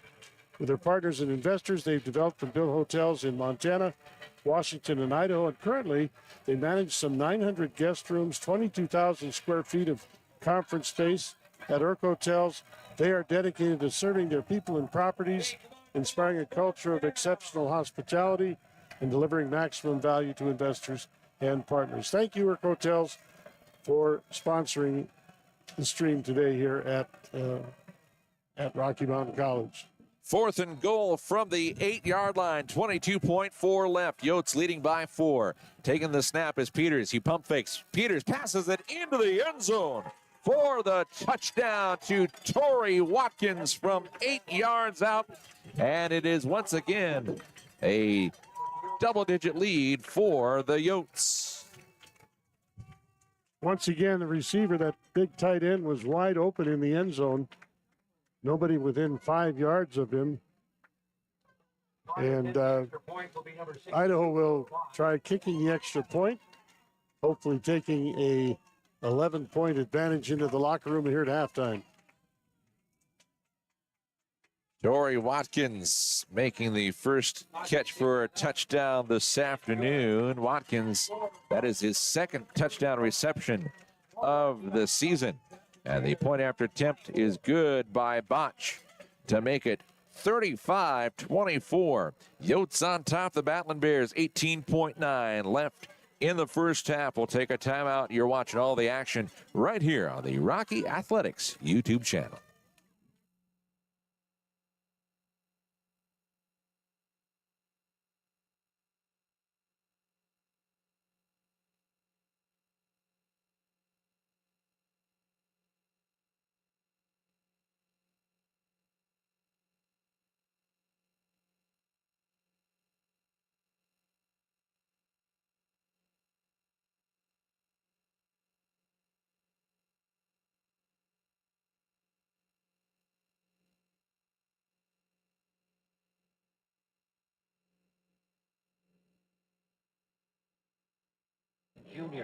Well, Dave, since it's 18.9 left, I'll round down to 56 seconds on that touchdown drive.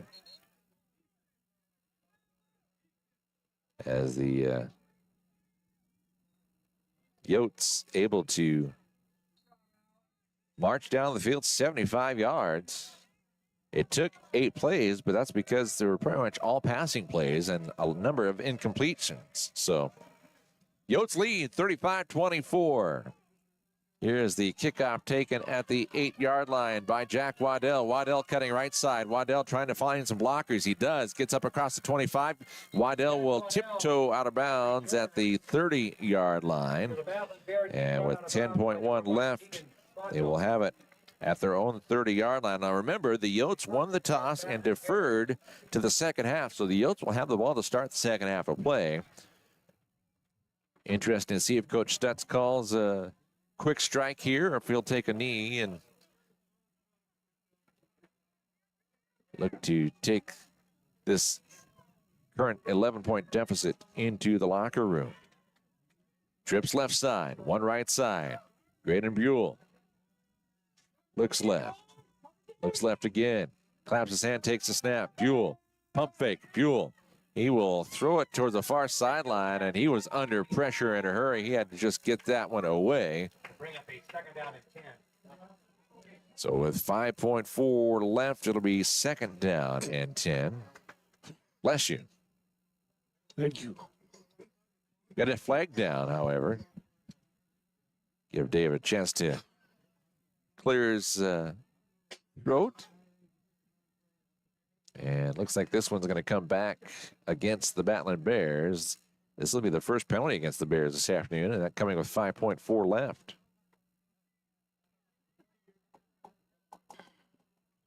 They're waiting for the official to give us intentional grounding. Yep. That's a spot foul with a loss of down. That also comes with a 10-second runoff. This is the end of the That's first the half. end of the first half with the 10-second runoff. And that's the way it will end, Dave, as the Battlin Bears will take a deficit into the locker room here at the half. It has not been a lack of offense on their part, but for second quarter touchdowns for the College of Idaho. Gives the Yotes a 35-24 halftime lead. We'll take a timeout. We come back. We'll get our official stats and go over them. And then, of course, coming up, we've got our interview with Coach Jackson Duffy, the head coach of the cross-country team. All up here next on the Rocky Athletics YouTube channel.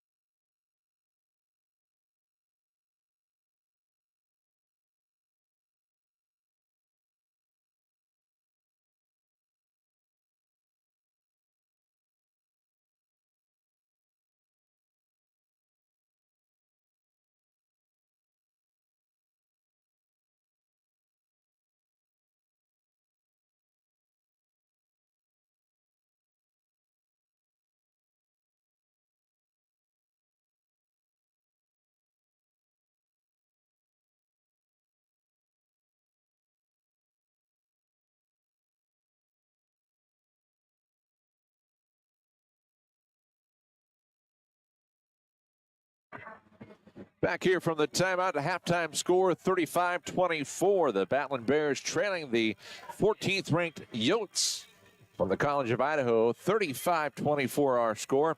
And let's recap the first half scoring in this contest. College of Idaho won the toss. They elected to defer to the second half. So Battlin Bears got it at their own 20, and they were forced to go 3 and out on the opening possession. That gave the College of Idaho the ball back with good field position at their own 46-yard line. They would go 5 plays, 54 yards in 2 minutes and 33 seconds. A 16-yard touchdown run by Hunter Gilbert. And the point after attempt was good by Will Botch to make it 7-0 College of Idaho with 10:32 left in the first quarter. On the ensuing drive, the Battlin Bears answered back. They start with it at their own 25-yard line. They went 7 plays, 65 yards, ended up settling for a 27-yard field goal by Austin Drake to make it 7-3 our score. That came with 6:26 to go in quarter number 1.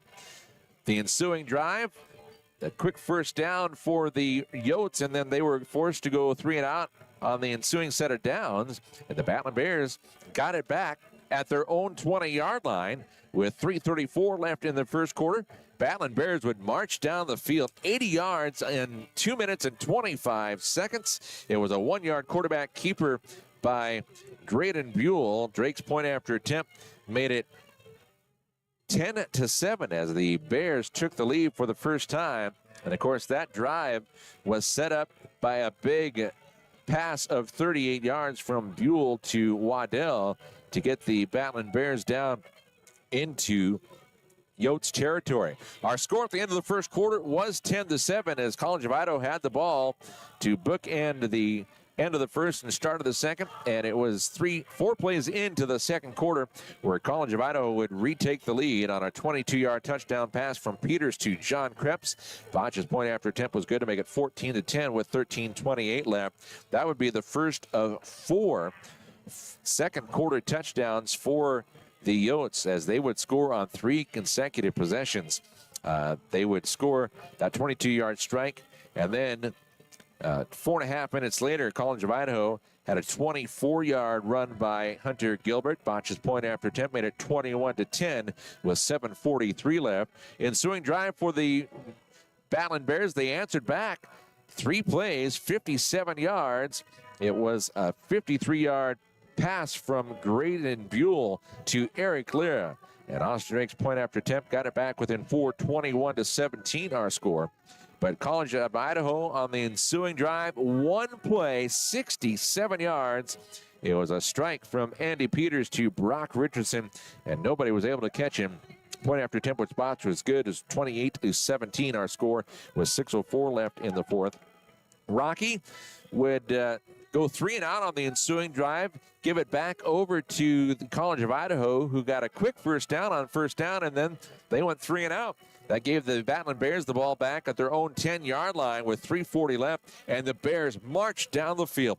90 yards in 6 plays, a 14-yard strike from Graydon Buell to De Niro Killian Jr., and Drake's point after attempt made it 28-24, but College of Idaho would answer with a strike of their own, 75 yards in only 56 seconds, an 8-yard pass from Peters to Tory Watkins, Botch's point after attempt would make it 35-24, our score here at the half. We're going to take a timeout. When we come back, we'll have our halftime interview with head coach Jackson Duffy of the Battlin Bears cross country team. Again, the halftime score here at Herb Klindt Field, 35-24. Yotes on top of the Battlin Bears on the Rocky Athletics YouTube channel.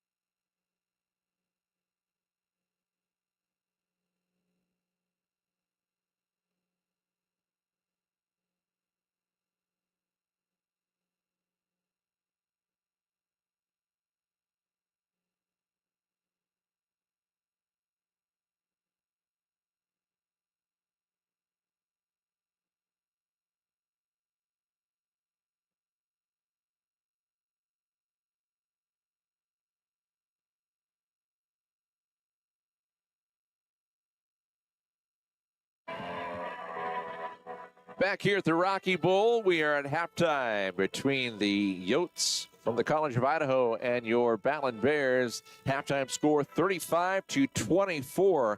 College of Idaho on top by 11. And we are joined here at half by the first full-year head coach of your Battlin Bears cross-country team, Jackson Duffy. Coach, thanks for joining us today. Yeah, thanks for having me. Absolutely. So you became interim coach last year and then got the full-time title here this year. Tell us about how all of this came about. Yeah, so last year the head coach, Mike McLean, who was here for 9 years, and that's who I ran under, he unfortunately dealt with some health issues about this exact time last year. He had to step away from the program for the year, so I got moved up to the interim head coach, and then this year got moved up to full head coach, and now Coach McLean is actually underneath as an assistant now, so he's still helping with the program. Okay, that's good to hear, and hopefully health is doing better. Yes, his health is great. Yeah, absolutely. Good to hear. Well, how many men and how many women do you have on the team this year? Yeah, we have our men's team's pretty big. We got about 15 athletes this year. A couple are redshirting. So, and then on the women's side, we have about 8 athletes. Okay. Yep. And does everybody run, or is it the top 8 that run in a meet? Yeah, everyone will race except for the national championship. Okay. We'll only bring top 7. Okay. And, of course, you guys just hosted a tournament yesterday, and it wasn't only NAIA schools. There were Division II schools there as well. Correct. Right? Yep, South Dakota School of Mines and MSU Billings was there. And how did things go yesterday? Good. On the men's side, we took second behind the University of Montana, so Division I school. So that was really good. We beat South Dakota School of Mines by 1 point, and then Carroll was a little bit behind. So, yeah, men ran well. Our women had a bit of an off day compared to our other meets, but, that happens, especially in the sport of running. All right. Well, I know we are just into the first weekend in October. You guys are going to be hosting the conference championships on November 6th, but how many more meets in between here and there? Yeah, so we'll fly to Michigan for a race at end of October on the 26th, and then we will host conference. So only one meet, but it's the biggest one of the year before conference. It's a good chance to get out and face non-conference teams that are ranked. A lot of teams that are from 10 to 20 in the rankings will be at that meet. So we'll get some exposure with the other conferences. What goes into making a decision as to you're going to go to the meet in Michigan as opposed to somewhere else? Yeah, the meet in Michigan we've gone to probably the last 4 years now, and just the competition that's there, it's to get in, we get one automatic bid for winning conference. That team automatically goes, but then after that, you rely on the ranking system. Okay. So you need to get out and you need to face the other conferences and hopefully beat some ranked teams so that they'll vouch for you in the rankings to help kind of secure your spot for nationals. All right. And how are things looking in the conference as you prepare for that conference meet next month? Yeah, they're looking good. On the men's side, we've been back and forth. We've beaten Carroll twice. They've beaten us once. So I think it's going to be very close come conference, and they will also be at Michigan. They usually go, so we'll see them once before, but then conference will be very tight with them. And then on the women's side, it'll be close between both Carroll, us, and Tech. All three of us have we've gotten pretty close to Carroll this year, and then we beat Tech once and they just beat us. So on the women's side, it'll be very competitive. All right.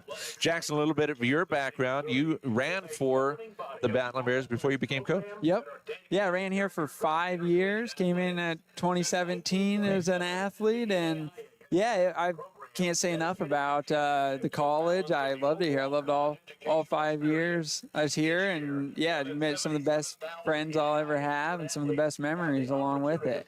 I personally have had kids that have run cross country both in high school and beginning of their college careers and so forth. And one thing that has always struck me is there seems to be a lot more camaraderie amongst cross country runners than some of the other team sports. Absolutely, yeah. Well, cross-country runners, you're kind of bonded through suffering. It's a little bit every day is a little difficult, Like a lot of our guys will run anywhere from 50 to 80 miles a week. So in our women, mid-30s to 50 a week. So you're just putting a lot of miles in, and the workouts are extremely tough. There's never a workout that's just real easy, and so there's a lot of suffering, so you get really close with each other. You answered my question as I was going to ask how many miles everybody's running in a weekly average, but so the meet yesterday, where was that actually held? It was at Amon Park. Amon Park, okay. Yep. So pretty flat course there as opposed to some other. Yeah, very flat. Okay. Yep. Well, I do appreciate your time. Anything you want to pass along to people that are watching today as far as obviously they won't be able to, well, most people probably won't travel to Michigan, but come out November 6th for the conference meet. Yeah, just if you guys can make it out on November 6th for the conference meet, we would really appreciate the support. It's going to be it's going to determine whether we go to nationals or not on both sides. So we'd really appreciate the support. And where is nationals this year? It's in Columbia, Missouri. Okay. It'll be decent weather, I would imagine. Well, at least probably still fall weather, but probably a little warmer than here by the time we get to the conference championship. National championship. Yes, hopefully it'll be a little bit warmer than it'll be here. Well, Jackson, I appreciate your time. Thanks for joining us this afternoon. Yeah, thanks for having me. I appreciate it. Head coach Jackson Duffy, the head coach for your men's and women's cross-country team, will take a timeout, come back and look at the halftime stats. 35-24 our score. Battlin Bears on top of the Yotes, Yotes on top of the Battlin Bears here on the Rocky Athletics YouTube channel.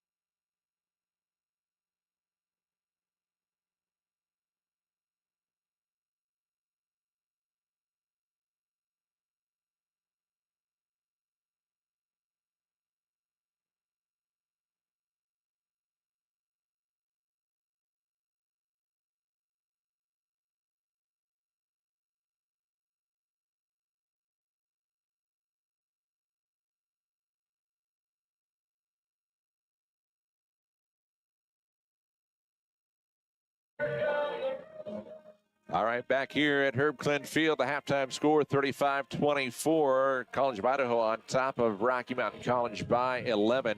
We told you 4 second quarter touchdowns for the Yotes to help get them to their 11-point lead. Rocky actually led at the end of one, 10-7, as they had 10 unanswered points after College of Idaho's opening touchdown on their first possession of the afternoon. But College of Idaho has been very potent on offense this afternoon. The official stats have been sent over to us.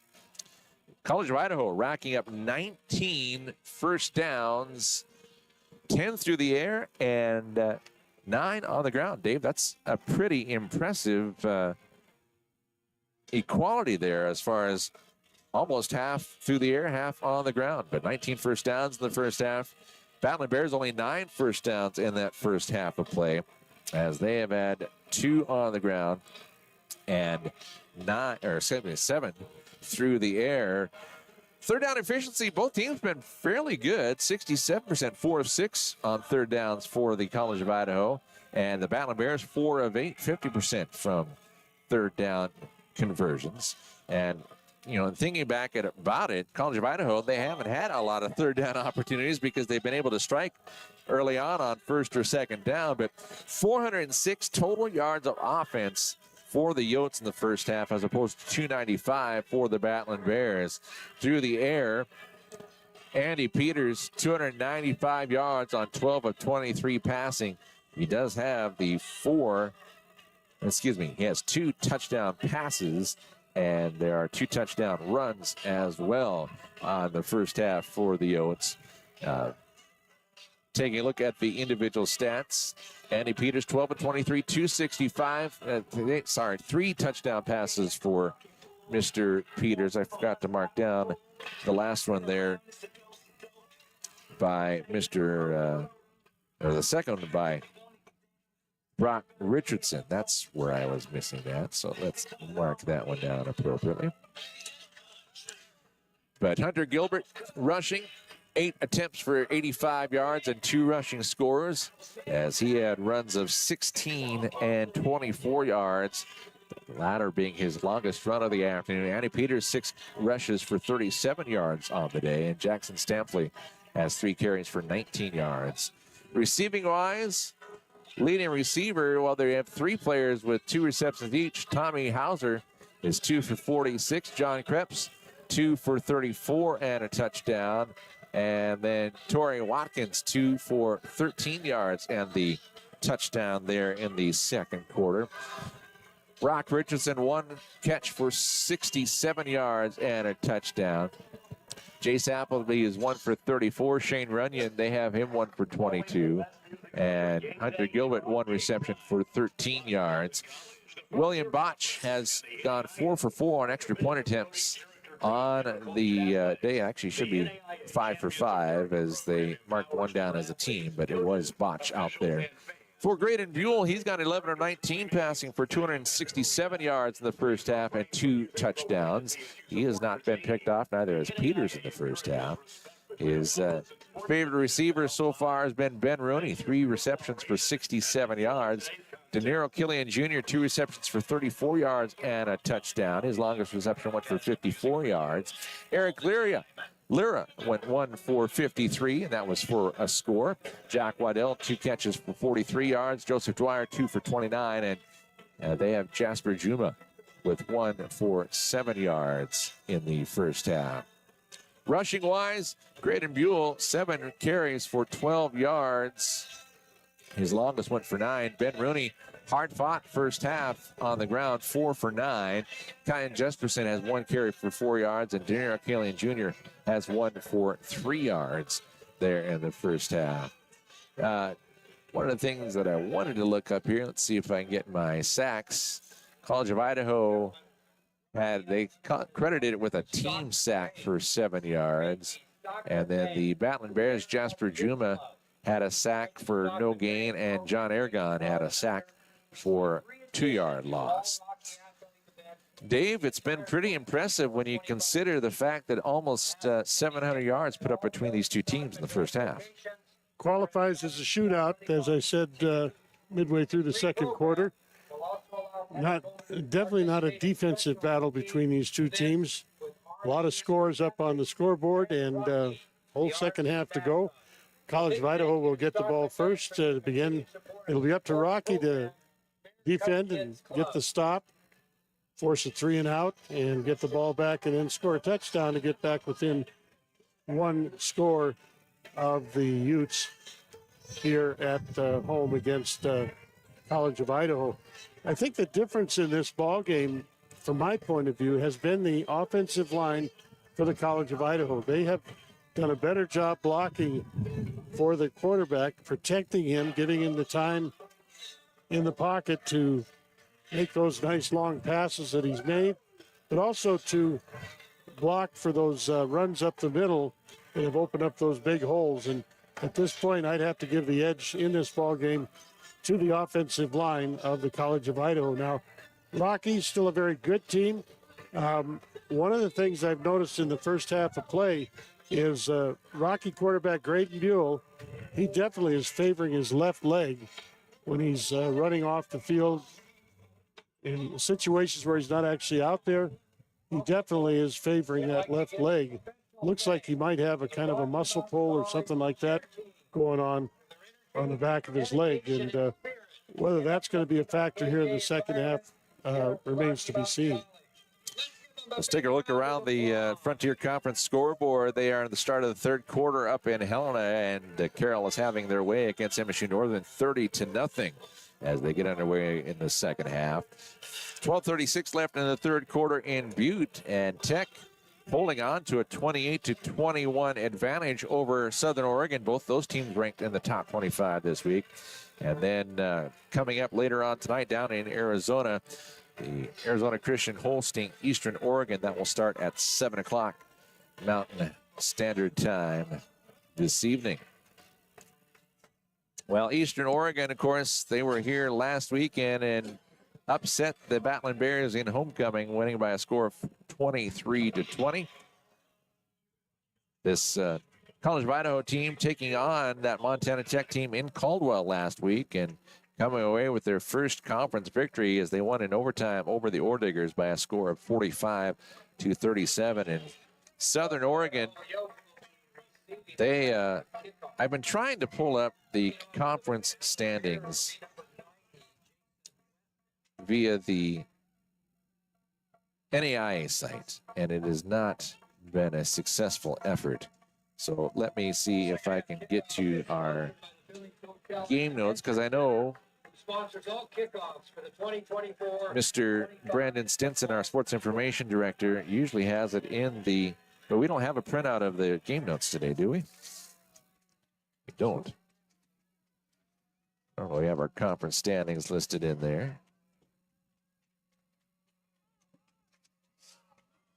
Let's see if we can get that to pull up. College of Idaho receiving here as it's taken back at the 2-yard line by Jace Appleby. Got a flag in the backfield as Appleby gets away from a couple defenders. He cuts near side, another block or flag coming in as Appleby's up across the 40 up to the 45. We've got 3 flags down on the field.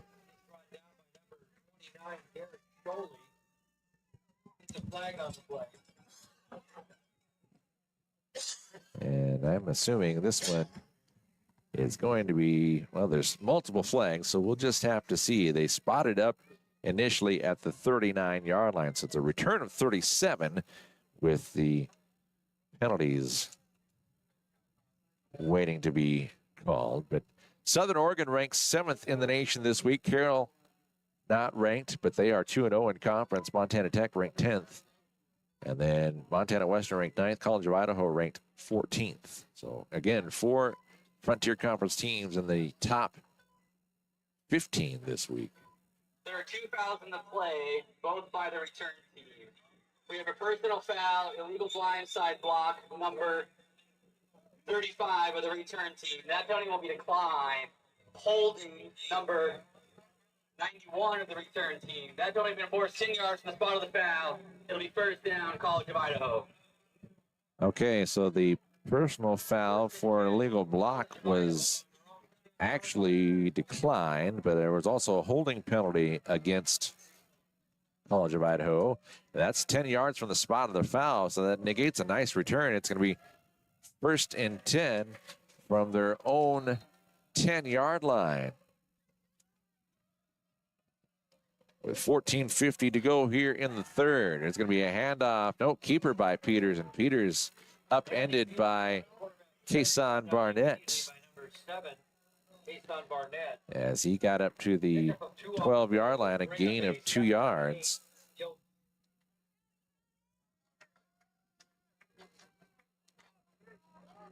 Second and 8 from the 12.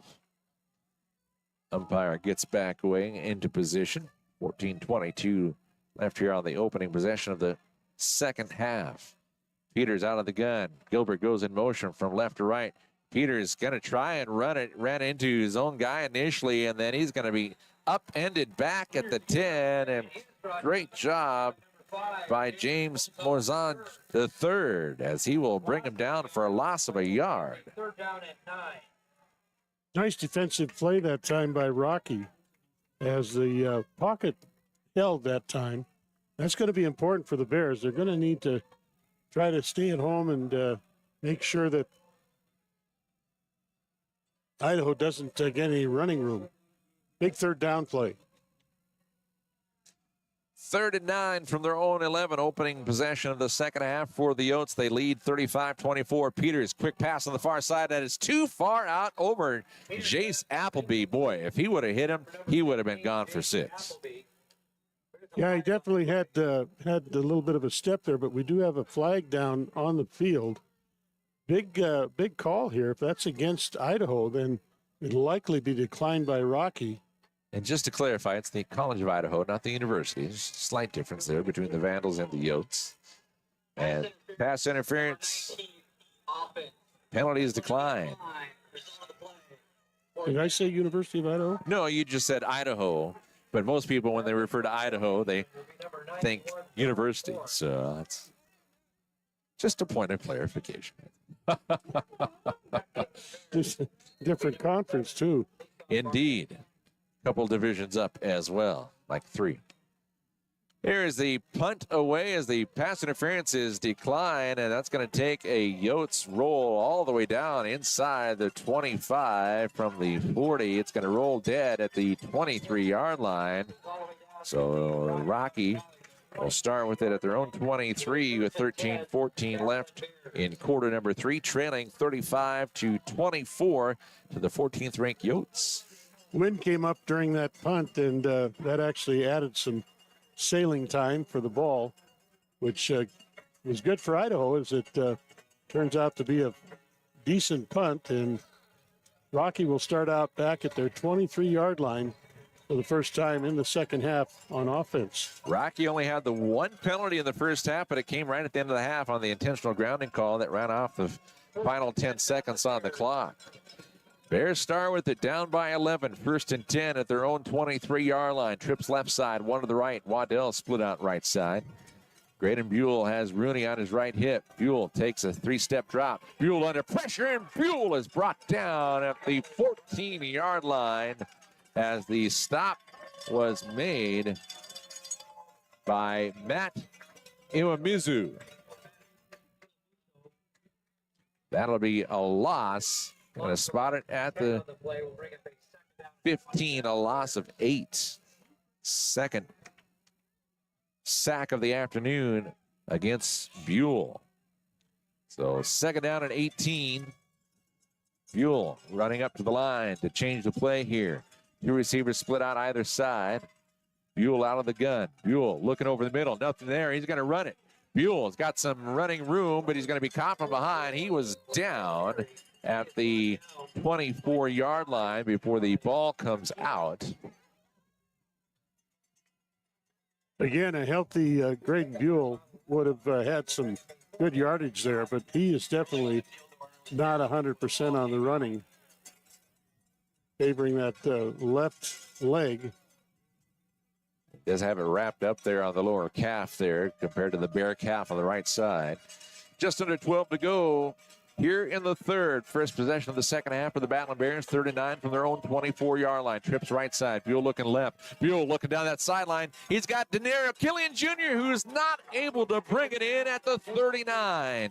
Pretty good defensive effort as well on the part of Keegan Cruto, but Killian Jr. had it go through his hands, not able to bring it in. That was catchable. That was definitely catchable for Rocky, but it goes as brings up fourth down and long, and obviously Rocky is going to have to send the punting unit out on the field. So each team forced a 3-and-out to start the second half. Yotes will get it back, leading by 11. For the College of Idaho will be number 5, Gavin Ozuna.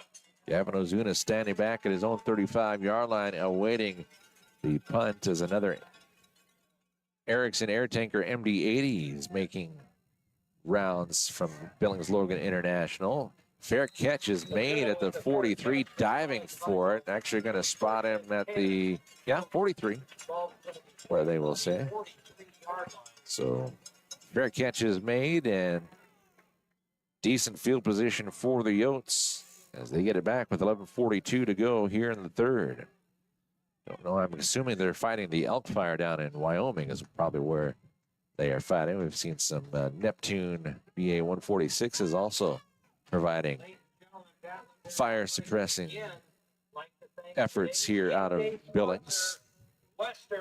Yeah, we were supposed to get some smoke from that fire blowing up this direction, but it's still really nice. That blue front sky that day. moved through last night, there's a lot of winds, so the fire coming from the south. Winds are out of the northwest, so keeping us fairly clear skies here in south central Montana. Also not helping the fire situation. It is not. I know there has been a red flag warning the last few days here, south central Montana and northern Wyoming. Got an official timeout. Would you mind telling us a little bit about Irk Hotels? I would love to, if I can find my little sheet here. I've got the one for the equestrian program. Rocky Mountain College has partnered with Irk Hotels for the 23-24 streaming season. Of course, Irk Hotels, based in Missoula, Montana, manages and develops properties all over the Northwest region. With their partners and investors, they develop hotels in Montana, Washington, and Idaho, featuring 900 guest rooms, 22,000 square feet of conference space. Remember, Irk Hotels sponsors Rocky Mountain College in our streaming efforts here today at the Frontier Conference game at Herb Klindt Field. Hauser goes in motion. He'll line up wide right, 2 receivers left side. 1st and 10 from their own 43-yard line for the Yotes, leading by 11. Passes in and out of the hands of the intended receiver, Mariero. That should have been a catch. He was cutting across left to right. Yeah, the defender that would have lined up on the line of scrimmage against him was basically headed for the quarterback, and that opened things up there, but the pass bounced off the chest of the Idaho wide receiver, and so it brings up 2nd down, 10 yards to go. Ball at the Yotes 43 on the right hash mark. One receiver split out either side, tight end as well, and there's a great effort by the front 7 for the Battlin Bears as Gilbert was upended for a yard loss. That has been one of the few times he has been stopped for a loss today. So far in this half, Rocky's been doing a lot better job on the line of scrimmage, defending against the offensive line, and now they've got a 3rd and long situation. Hopefully they can force another 3-and-out on Idaho. 11:05 and counting here in the third quarter. Second possession of the quarter for the Yotes. They are up by 11. 2 receivers split out either side. Ball on the right hash mark. Peters out of the gun. Peters passes intercepted at the Rocky 48 by Cade Browning. Browning stiff arms a man as he gets pushed out of bounds at the 27-yard line. Break for the Battlin Mason Bears. Browning with the interception. Mason Browning on the interception turnover. And that interception was caused by the defensive line, who got in there and hurried the pass, made it a little bit less accurate, put it out there in a bad spot. And Rocky with a break here. Let's see if they can capitalize here and get some points out of this. Bears will start with it at the College of Idaho 26-yard line. On the interception by Mason Browning. 10:50 to go here in the third. Two receivers left side. Clinton, the tight end, comes in motion from left to right. Waddell split out to the right side. Kyan Jesperson off the right hip. Buell, quick pass out to the left side to Dwyer. Dwyer gets away from the first defender. He can get down to the 20 before he is stopped. That'll be a gain of 6 yards on the pass completion. Brought down by number 9, Eli Makita. Eli Makita in on the stop for the Yotes. 2nd down and 4. Ball on the left hash mark. Rocky with the no-huddle offense. Two receivers right side. Dwyer in the slot. Waddell to his right. Killian Jr. the line. The wide receiver split out to the short side of the field on the left side.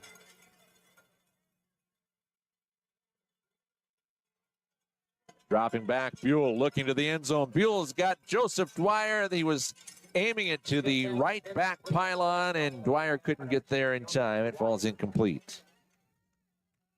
Nice idea by Rocky. Put the ball in the back corner of the end zone. The only person that could get to it would be the wide receiver. It'll be 3rd and 4 from the 20-yard line. Mark down a first down here before the Battlin Bears are able to convert. Two receivers left, two receivers right. Killian Jr. in the slot left side. Lyra to his left.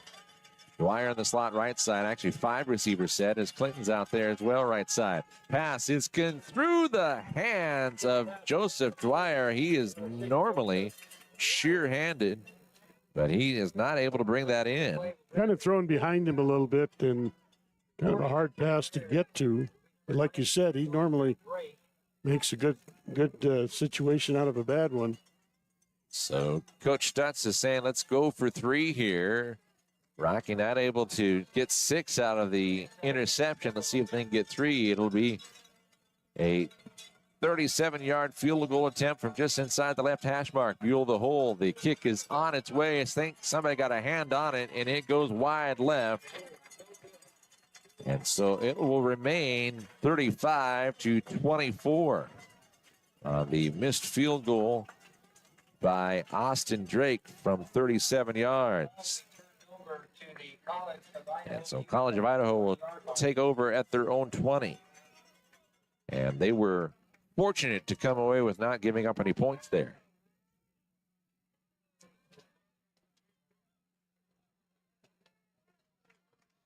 College of Idaho has triplets left side. Ball on the right hash mark. They're going towards that south end zone here in the third quarter. John Krebs comes in tighter on the triangle formation there left side. Quick screen pass out to Appleby, and Appleby is stopped immediately in the backfield for a loss, a.k.a. Paternal. Paternal brings him down for a loss of 4 yards. The key to a screen pass like that is to be able to block that defender, and Paternal actually got right where the receiver was at before the blocker could get to him. Left him kind of wide open there for the tackle, and then no gain on the play. 2nd down and 14 from their own 16 now for the Yotes. They still lead by 11. Blitz showing right side. Picked up by the offensive line. Pass on the far side intended for Keegan Cruto. Nope, check that for Hauser, and it falls incomplete. Stops the clock with 9:15 left. Love to see another 3 and out here by the Bears defense. Well, Idaho's going to have to get the ball up to about the 30-yard line, actually 31 or 32 on 3rd down and long. It's going to be 3rd and 14 from the 16-yard line. 2 receivers split out to the left side, 2 to the right. Peters working out of the guns, got a man on his right hip. Peters going to tuck under. He's got room. Peters got the first down and more. He is upended at the 40, lost the football, and is it recovered by the Bears? Battlin Bears signaling they have it. The officials discussing as to whether the quarterback was down. Peters was cartwheeled at the 40-yard line on the hit. 4 officials gathering in, and now They're going to make the discussion, and they're going to go to replay. No, they're going to say Down by contact. Prior to the ball coming loose. It's first down, College of Idaho. There is no replay to no look replay on that one because they're called down by contact. From the 16 to the 43 is a 27-yard scamper by Peters. That was a design draw there. And that's the 20th first down of the afternoon for the Yotes. And, excuse me, this is not Peters, Dave. This is Josiah, or excuse me, Caden Young that's on the field now. No gain on the play. And Peters is back out there now, so no gain on the play on the rush by Caden Young. So I think Peters needed a break after that hit that got upended. 2nd and 10 from the 43-yard line. Peters back out there. 2 receivers left side, 1 to the right. High snap. Peters fakes the handoff. Peters looking to flip, and wide open is Krebs at the 36-yard line, and he's going to continue being brought down on the far sideline, down at the 11. A gain of 33. Let's see. 33. That'd be 39 and 7, 46 yards. And that was a nice pass from Peters to Krebs. And a player down for timeout. That player is John Aragon. He's headed off the field on his own power, so looks like he's going to be all right. But looks like we've got a timeout on the field. Give him a timeout to get a little time and stop the clock. They're going to say it's a 45-yard pass completion as they spot it at the 12. 1st and 10 from the 12-yard line. 8 minutes to go in the third. Yotes back in the red zone, leading by 11, looking for more. 2 receivers left side, ball on the right hash mark. In the slot is Hauser left side, and it's Krebs to his left. Now tight end lines up right side. Peters has a man 2 yards deep behind him. Pass left side, in and off the chest, in and out of the hands and off the chest of Krebs. Incomplete. Bring up a 2nd down and 10. Yotes. So 2nd down and 10.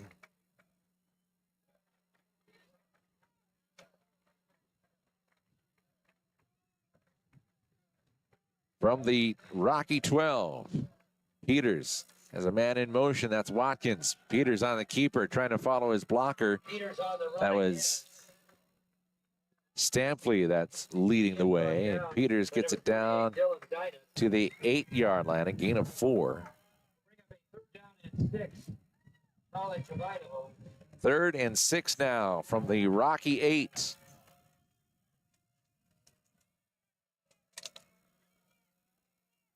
Watkins and Krebs, along with Hauser, all lined up on the right side, on the short side of the field. Ball on the right hash mark, and now 2 men came in motion. Now they both, one will come set, the other one comes across, and Peters calls a timeout. He was down to 3 seconds on the play clock. He didn't want a delay of game called on 3rd and 6 from the 8. 30 seconds in lane. And it's a 30-second variety, so we'll keep it right here.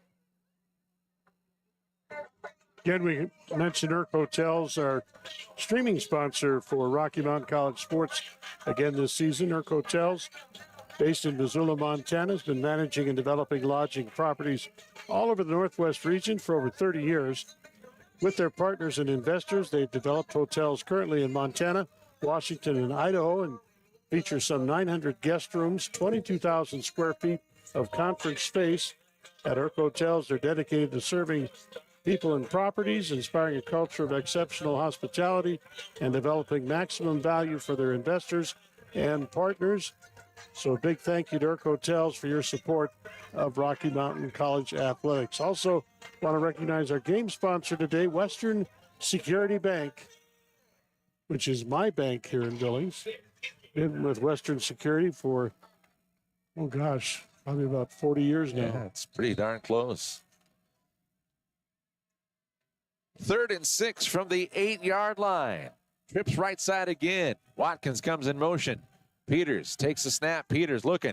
He tucks it under. Peters looking to the end zone. Nothing there. Peters had a man back behind, intended for the running back, Stampley, and he cannot get to it. It was short, and Stampley couldn't get to it before it hits the turf. Had a lot of time in the pocket there. Actually flushed out at the end and put the ball into the end zone where only his wide receiver could receive it, but it was a little bit too low. One hopped in to the outstretched arms of the receiver. It goes incomplete.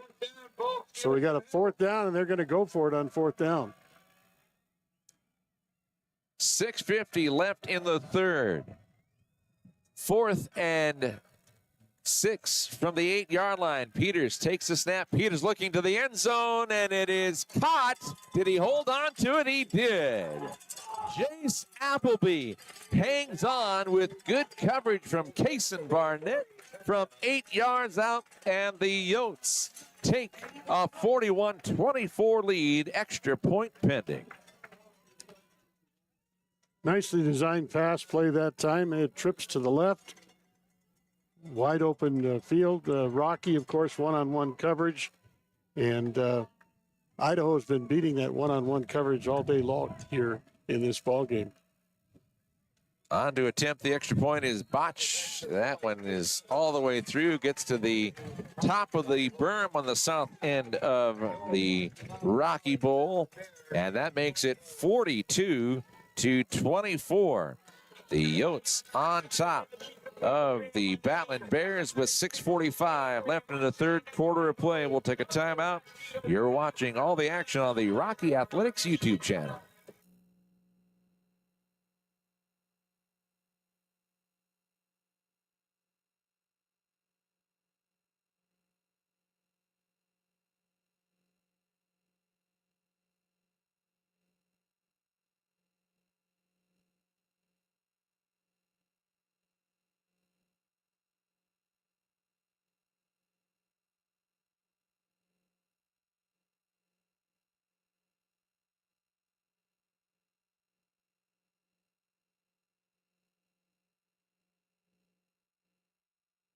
Number 92, Cameron Simmons.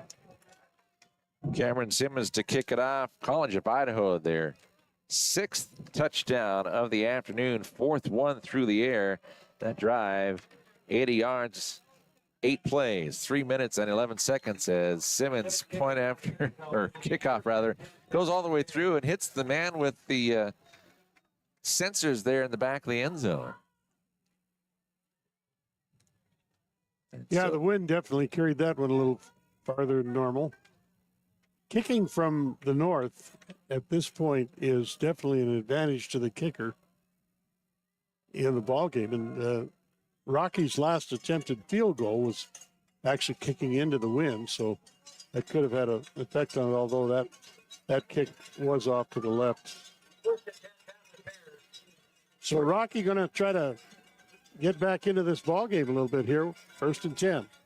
1st and 10 from their own 25. 4 receivers set to either side. Pass across the middle is complete to Jack Waddell. Waddell gets up across the 40, up to the 45. A gain of 20 yards on the catch and run by Waddell. And a 1st down for the Battlin Bears. Credit Jack Waddell that time. That ball was underthrown. He had to wait for it, but still able to make something after the play and get a 1st and 10 for the Bears. Ball on the left hash mark, trips right side, one to the left. Rooney on the left hip and back a half yard from Mr. Buell. Quick pass is complete to Clinton, and he gets away from the defender, and he bulls his way on ahead down to the 35-yard line. That'll be good for 20 yards and a Battlin Bear 1st down. Again, a nice job by Clinton. After he got the ball, he was able to break that first tackle and get some more yardage. Rocky on the move here. First and 10 from the Yotes 35. Fake the handoff. Buell looking deep downfield. Passes in and out of the hands of Killian Jr. Defended well by Keegan Cruto. It goes incomplete. Watching for a yellow flag there, but none came out. No, and Cruto had enough going for the ball and had eyes downfield to look at it. It was good defensive play, and it falls incomplete. Second and 10 from the 36.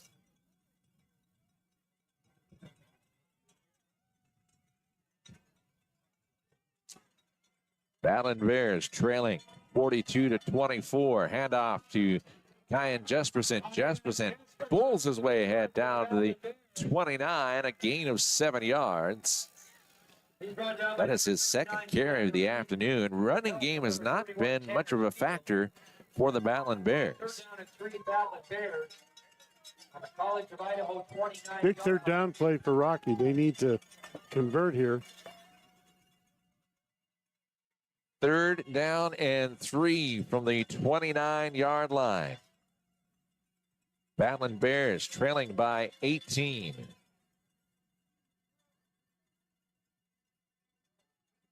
Two receivers right side. Buell looking left side. Buell's pass is complete to Jesperson. Gets away from one defender. He gets on along the far sideline and is able to get the first down. Nice play after the catch by Kyan Jesperson. He gets it down from the 29 to the 24, a gain of 5. But we got a whistle and a timeout, as probably was Jesperson that was banged up there at the end of that play. We have a timeout on the field. Of course, timeouts here at Rocky are brought to you by Billings Hotel and Convention Center, sponsoring all timeouts for the 24-25 season. Thank you to Billings Hotel and Convention Center and the Murais for your continued support.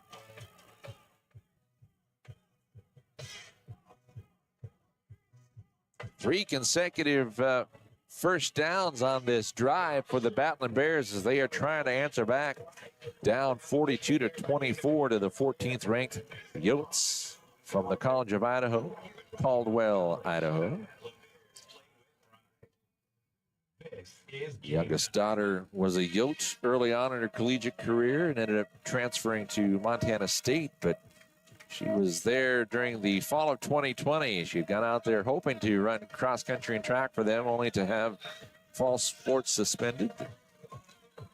It's not meant to be, but College of Idaho has been very impressive for a number of years, but they've been playing in the Frontier Conference for football in the last number of years and been very impressive the last 3 years especially. Had to check down on the field here. There's a lady in the stands, has a purple flag that she waves quite a bit. A Yote must be some type of It's a coyote. A coyote? Coyote. They just shorten it to Yote. Yote, coyote. Oh, okay. That makes sense. Looks like some kind of dog. Yeah, I'm 100% sure what kind, but that makes sense. Well, this timeout took a little longer than I thought they were going to take. Otherwise, we'd step away from them. But we got our reads in. We're probably a media timeout, I suppose. We're the only media We're the here only today. media today. It's a change from the last 2 home games. So they took a timeout for us. How about that? All right, 6th play of the drive coming up. 1st and 10 from the 24-yard line. 5 receivers set, trips right side. Buell, the lone man in the backfield, standing at his own 30. He takes a snap. Buell looking left. He's got pressure. Buell trying to get away. He'll get the pass off, and it's, in and out of the hands of Killian Jr. And quickly raising his hands again is Keegan Cruto saying, I provided good defense there. But that one, I think, Killian Jr. just wasn't quite able to bring it in. Kind of a delayed reaction there by Killian Jr. as the didn't look like Buell was going to pass the ball. It was fortunate that Buell was able to get away from the pressure and get the pass off. I thought he might be caught from behind for a sack. Box stop with the incomplete pass. 4:15 left in the third. Bears 2nd and 10 from the Yotes 24-yard line. Trips right side. Going to be a fake handoff and a keeper by Buell. Buell will draw and go ahead down to the 22-yard line, a gain of 2. And that's one of those, Dave, where I think Rooney might have been able to get more yards on if they would have handed it off. Well, both from that and the standpoint that Buell's kind of hobbled today. He is not running at 100%. Right. But when the play call goes to him, he's definitely game to finish it out. That's already his 10th carry of the afternoon. 3rd and 8 from the Yote 22. Buell out of the gun. Buell's got pressure. Buell pass too far out in front of Dwyer, and that was footsteps heard on the part of Braden Buell, and he got it away a little too quickly. College of Idaho bring up a 4th down and 8. Battlin Matt Iwamizu, who had one of the sacks in the first half, was coming in quickly. I think he had some help from Elton Saolesu as well. Rocky's going to go for it on 4th down. Taking a look at the flag out there. Yep, down by 18. Into the wind. They're not going to try to kick it again. 3:30 left in the 3rd. Trips right side. One man to the left. Rooney on the left hip of Buell. And we got a whistle and a timeout called by the Battlin Bears. We'll take one as well. 3.5 left in the 3rd. 42-24. Rocky trailing the College of Idaho. Back in a moment on the Rocky Athletics YouTube channel. Timeout.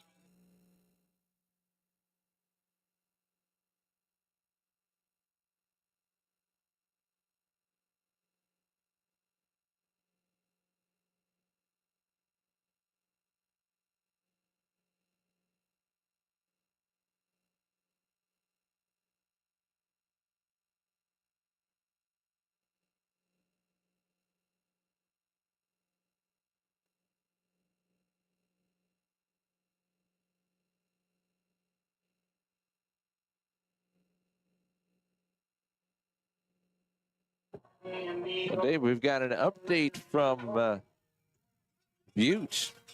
And then, of course, that goes away.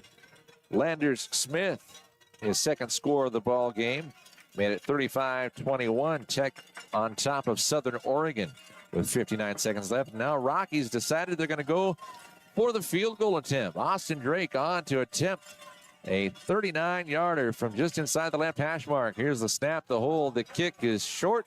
I think somebody got a hand on that one, as Drake usually has a little more leg than that. It is his 2nd missed field goal of the afternoon, this time from 39. Rocky kicking into the wind as well. As I said, they looked like they were going to go for it, but decided to go ahead and attempt a field goal. 3:26 left in the 3rd quarter of this one. 42-24 our score.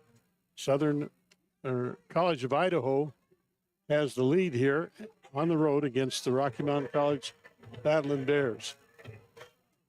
Bears give it back over to the Yotes at the 22-yard line. Watkins comes in motion. He'll line up in the traditional tight end spot. Receiver on the left-hand side, running out to his left is Peters. Peters looking over the middle, passes complete to Hauser. Hauser hit by Kason Barnett right at the 28-yard line. He's brought down there, a gain of 6 on 1st down. Unofficially, I've got Andy Peters, 15 of 33 for 295 yards and 4 touchdowns, 1 interception as well. Oh, excuse me. That was to the 33. It was a gain of 11. So make him 300 yards on the afternoon. There's going to be a keeper by Peters. Now he high-stepped past one defender, gets into Rocky territory, finally brought down at the 43-yard line. A gain of 24 yards by Peters. I'm really impressed with the speed of Peters in this ball He's game. sneaky quick. When he gets out there, turns on that afterburner, he's a tough guy to catch. You end up running after him, not to him. So 1st and 10 from the Rocky 43. Just over 2 minutes to go in the 3rd. Yotes with the ball, leading by 18 points. The 14th ranked College of Idaho, one of 4 top 15 ranked teams. Ball is loose on the turf. Battlin Bears will recover. By number 17, Cade Browning. Cade Reynolds able to get the fumble recovery, and that stops the momentum for the Battlin Bears. Maybe it'll turn momentum their way. I guess we put it that way. 2 minutes on the clock, third quarter of play. They'll have it at their own 44 for Rocky, one of the better field positions they've had this afternoon. Two receivers right side, one to the left, tight end left side as well. Rooney on the right hip.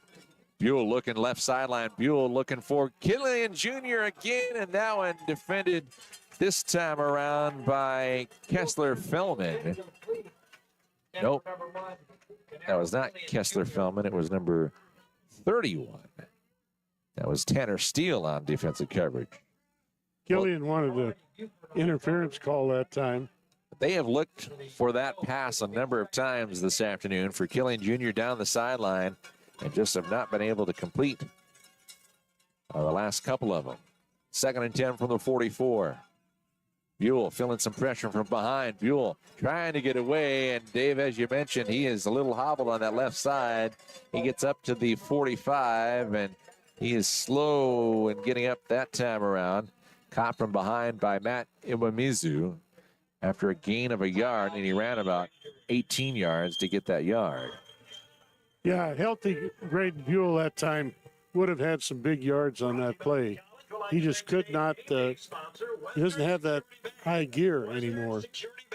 And he's going to head over to the sidelines. And he's been hobbled by that for a couple of weeks now. And he aggravated it here earlier in the game because he looked fairly good last week against Eastern Oregon. But timeout called as Matt Iwamizu, who ran down Buell from behind, is going to be brought over to the Yotes bench, and looks like he might have a cramp issue as they're trying to get him some electrolytes down here on the near side. Minute 39 left in the third quarter of play. Buell back out on the field after that timeout. Will line up in the shotgun. Trips left side, one to the right. Ball just inside the right hash mark. Now a minute 30 left on the game clock and about a minute difference on the play clock. Buell takes the snap. Buell's got 3 men chasing him. Ball in and out of the hands of Joseph Dwyer. And Dwyer would have been stopped for a loss as it was, but that will fall incomplete. 4th and 9. The Battlin Bears not able to take advantage of the second turnover of the afternoon. That was a hook screen that time by the Battlin Bears. Dwyer was supposed to hook around, but as you said, it looked like the Utes had it defended well and would have tackled him for a loss had he caught the ball. Gunnar Yates has his 4th score of the game as the Raiders score.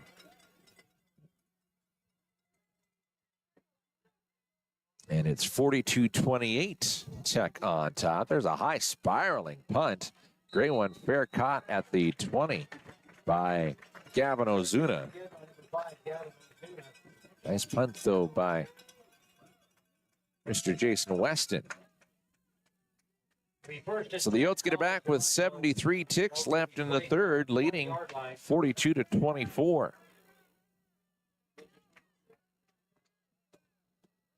Gunnar Yates, all 4 touchdowns for Southern Oregon Raiders against Tech up in Butte this afternoon. But the Bordiggers leading 42-28 with 10:52 to go. Yotes leading by 18 here on 1st and 10 from their 20. Handoff Gilbert, and that was something that they went to early on and then got away from it as we got into the second and third quarters. Yotes back on the ground, leading by 18, and Gilbert gets ahead for a gain of 3. Dave, that's only his second carry of the second half. Yeah, but the the Utes are going to go to the ground game now. They're going to work the clock with a little bit of a pad on the lead. You're going to see a lot of carries by College of Idaho. Hunter Gilbert had 6 carries in the first quarter alone. He had 3 in the second quarter. Long pass down the field intended for Appleby. Kason Barnett was actually the closest man to it. Just as we say, yeah, they're going to start running the timeout, they go for a long pass play and stop the clock with the incomplete pass. We've got a lineman down for the Yotes is Ashton Patterson. Village Hotel and Convention Center sponsors all timeout breaks. Patterson, the 6'4" junior offensive lineman out of Turlock, California. Has 230 updated rooms and can hold a You got a minute, we might want to start looking at the schedule for Rocky to see where they go next. Hopes to see you soon. I don't know how. For your next event. Battlin Bears will be on the road next week as they will take on Southern Oregon in Ashland. That'll be tough. Of course, Southern Oregon ranks 7th this week in the top 25. And then the Battlin Bears will be back here already for their 4th home game on the 19th at home against another tough opponent, the 9th-ranked Western Bulldogs. Battlin Bears' schedule is very, very tough this year. Well, that's because there's so many good teams in the Frontier Conference. They are still attending to Patterson there at about the 22-yard line on the left hash mark. Both teams huddled up otherwise around the numbers respectively at the 25s. And Patterson, a couple of trainers down there, coaching staff over there as well. Head coach is Mike Morosky for the Yotes. Defensive coordinator and associate head coach. Defensive backs coach is Chris Jewell. Offensive coordinator and QB coach is Brian Taylor. And Patterson is being helped off the field. And he is not putting any weight on the right side, so looks like he's got a brace already on that right leg. And they are helping him off as he's putting no weight on the right side. So we wish the best to Ashton Patterson. They'll get him over here to the sidelines. It's 3rd and 7 from their own 23-yard line. College of Idaho, 32 and a half seconds left in the third, leading 42-24. 2 receivers on the right side. Lone man on the left-hand side is John Krebs. Gilbert on the right hip of Andy Peters. Fake the handoff. Peters is under pressure and brought down. He is sacked by Anthony Hernandez. Back at the 9-yard line. A loss of 19, and Peters is hobbled as he gets up. Hernandez on the Loss of 14 on the sack by Hernandez. The 3rd sack of the afternoon by Rocky Mountain.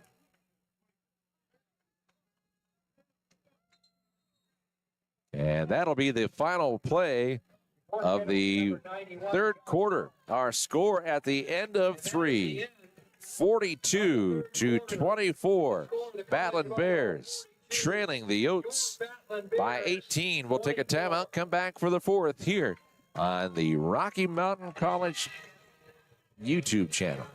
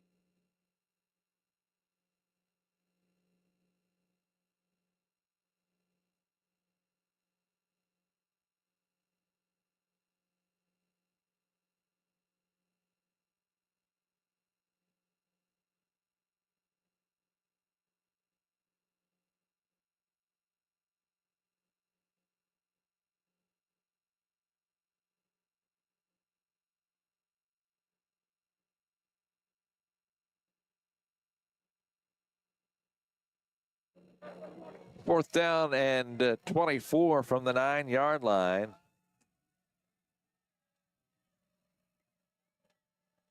The Yotes will punt it away.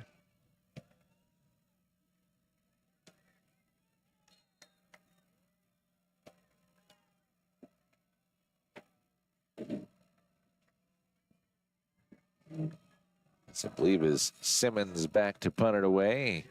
It's a good punt, and it's going to be caught by Kason Barnett right at midfield. And that's where the Battlin Bears will start with it. 14:55 left in regulation, trailing Battlin Bears at midfield by 18 points.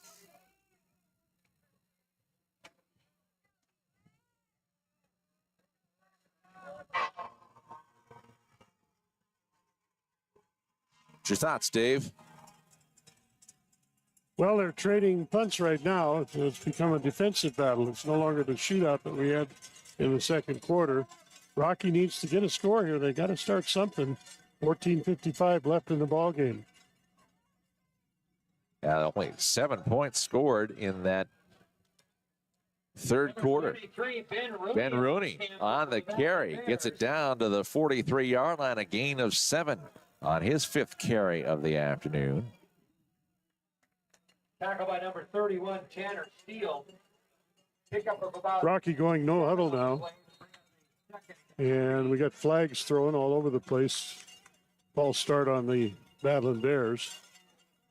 And Buell not at all happy about that situation.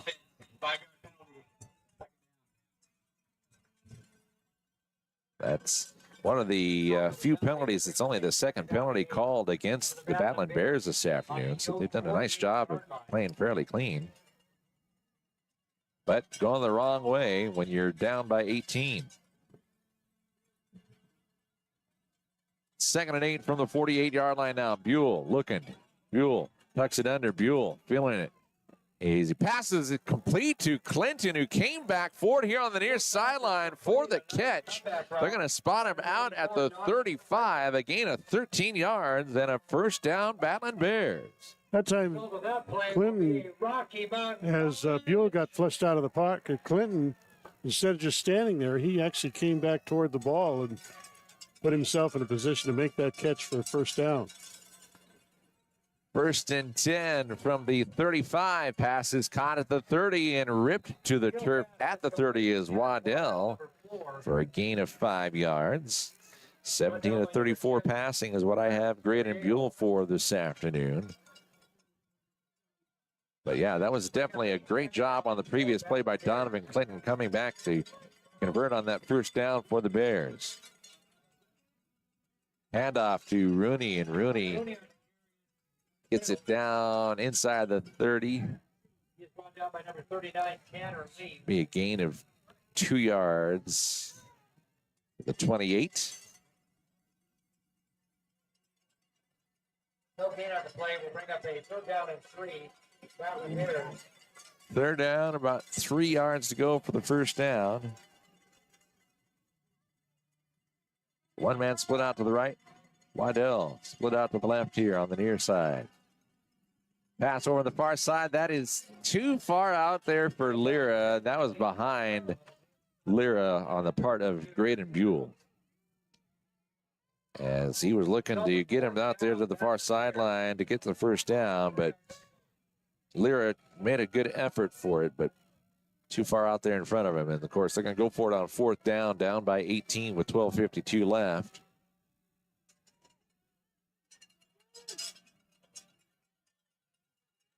Trips to the right side. Waddell to the left. Buell steps up to the line, talks to the right side. Comes back. Kyan Jesperson in the backfield along with Buell. Buell's feeling pressure. Buell trying to get away. Buell throws it back near side to Jesperson. He tries to get away from the man, and he does. Keeps his feet. Kyan Jesperson will convert the 1st down. He got away from the defender because he was about 4 yards short. He's able to get down from the 28-yard line to the, where are they going to spot it at? 17. A gain of 9 and a 1st down. That was a great conversion by Jefferson. Pass to Killian Jr. is complete on the right side. He'll be taken out of bounds. On the near sideline.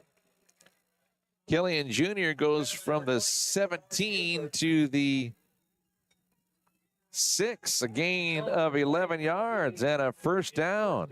First and goal for the Rocky Mountain College. Battlin Bears. Ball is placed on the 6-yard line. First downs on consecutive plays. First and goal from the 6.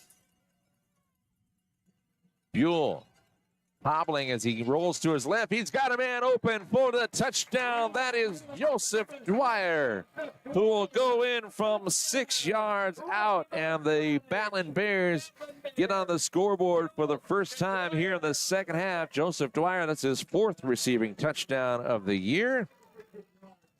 Extra point pending for the Battlin Bears with 11:53 left in regulation. The extra point for the Battlin Bears. Austin Drake on to attempt the point after. Kick is up, and it is good. College of Idaho. 42-31. Battlin Bears back within 11 with 11:53 left in the 4th quarter of play against the College of Idaho. Back in a moment on the Rocky Athletics YouTube channel.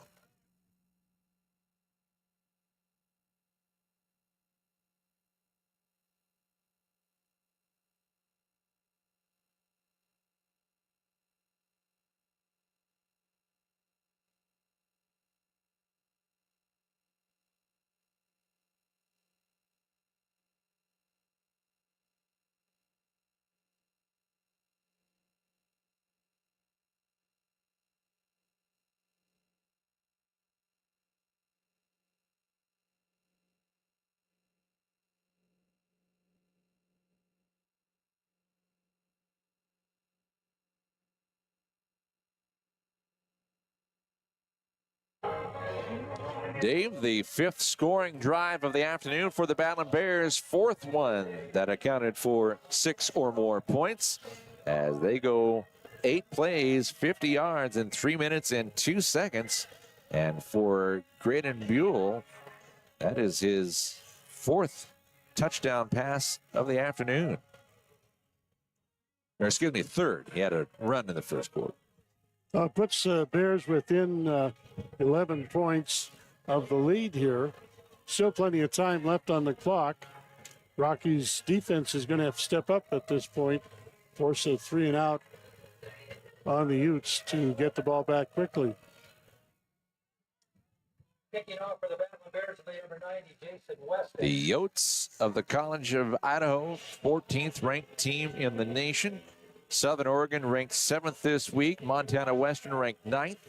And Montana Tech ranked 16th.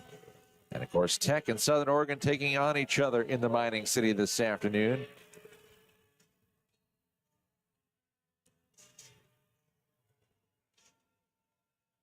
NAI football retweeting a tweet here a moment ago. I know it's X now, but it's still Twitter. They're still tweets. Better than calling them X's. Yes, right? Here's an end-over-end kick that's going to land in the end zone. It will be in for the touchback. And the Yotes will start with it at their own 25-yard line. Again, leading by 11. But we've had each team score a touchdown here in the second half. And with 11:53 left in quarter number 4, Battlin Bears looking to bend but not break on defense one more time.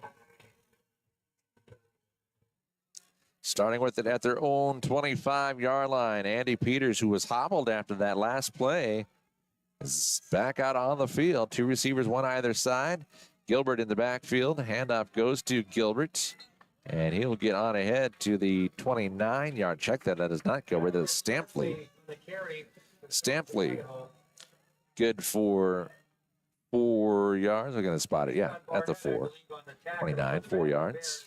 Pick up about 4 on the play. We'll bring up a Second and 6 from the 29-yard line. 2 receivers left side, 1 to the right. Stampley on the right hip of Peters. Got Hauser here on the right-hand side. The short side of the field for the Yotes. They're going north this time around.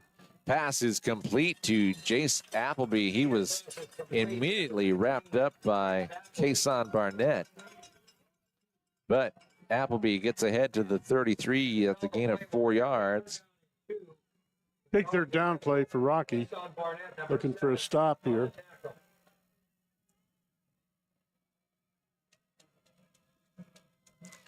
Third down and 2 from the 33-yard line. 2 receivers split out to the left.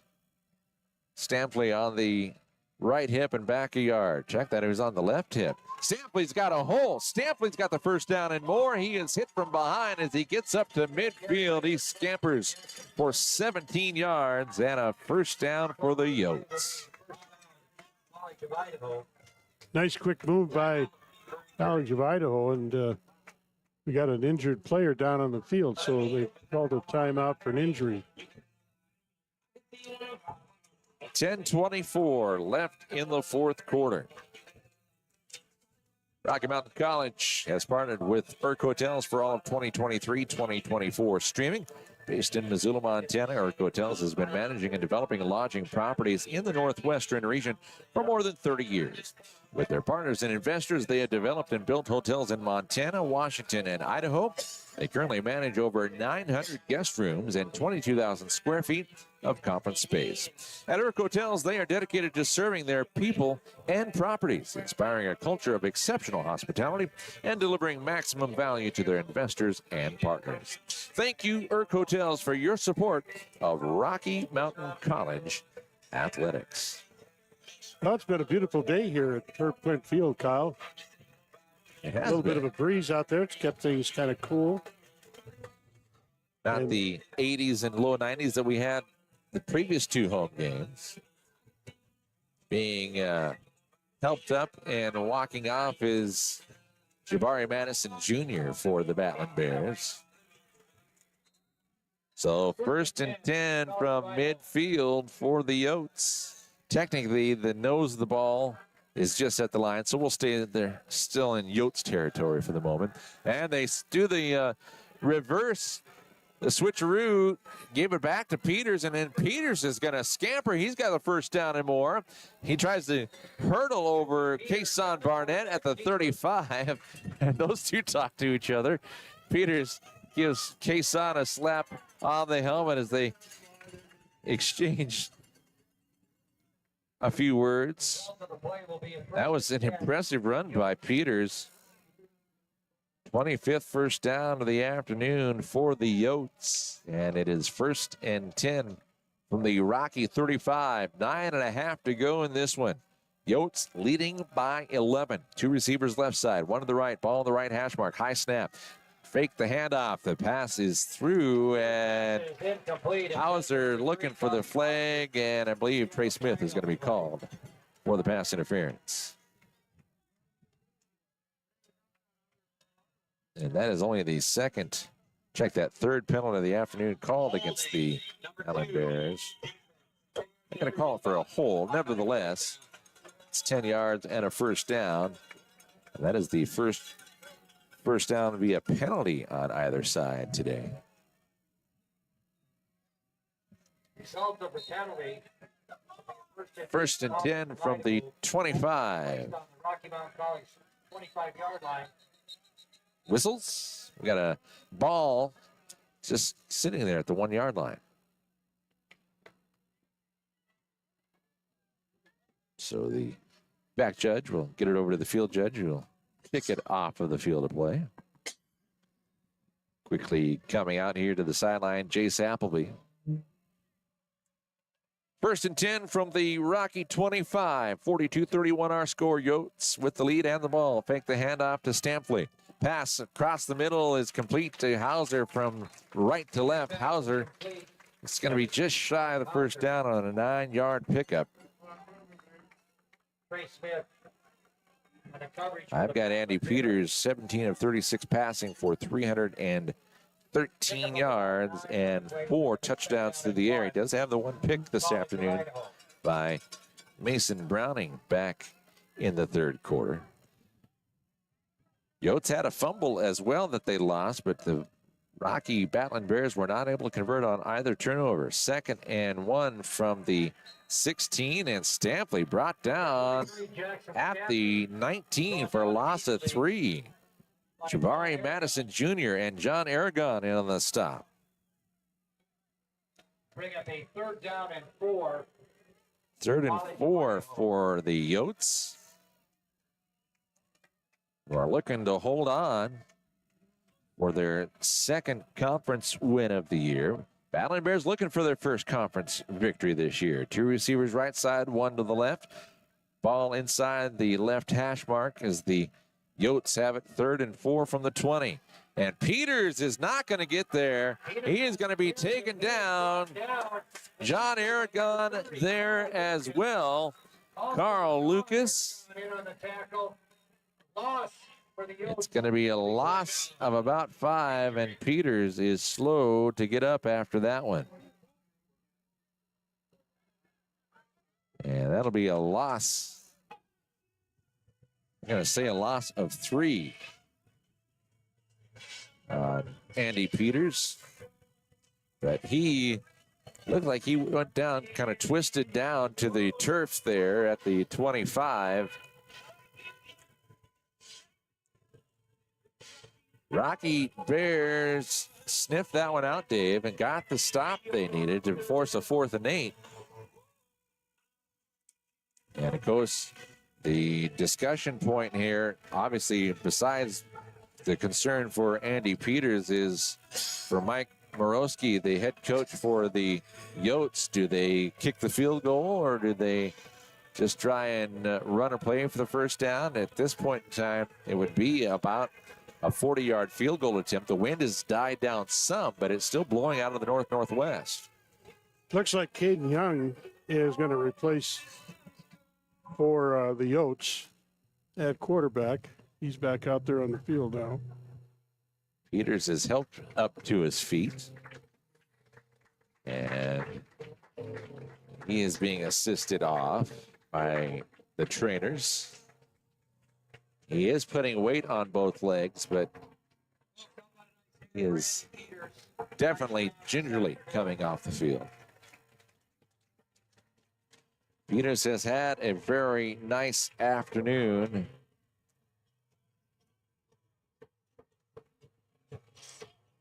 The unofficial stats have him 18 of 36 for 338 yards, 4 touchdowns. He's been sacked 6 times, which is part of the reason why he's coming off the field here, is because he has been brought down in the backfield a number of times. So, as Dave mentioned, Caden Young is out there for 4th down. They are going for it on 4th and 8 from the 23. Man in motion almost takes out the umpire. Trips now right side, 1 to the left. 4th and 8 from the 23. Young looking to pass, looking to the end zone, and that is over the head of the intended receiver, Richardson. So that will be a turnover on the loss of downs for the Yotes. And the Battlin Bears will get it back with 7:44 left in the 4th quarter at their own 23. Dave, you get a score here. You're back within 4 points. And again, Rocky has Graydon Buell out there at quarterback.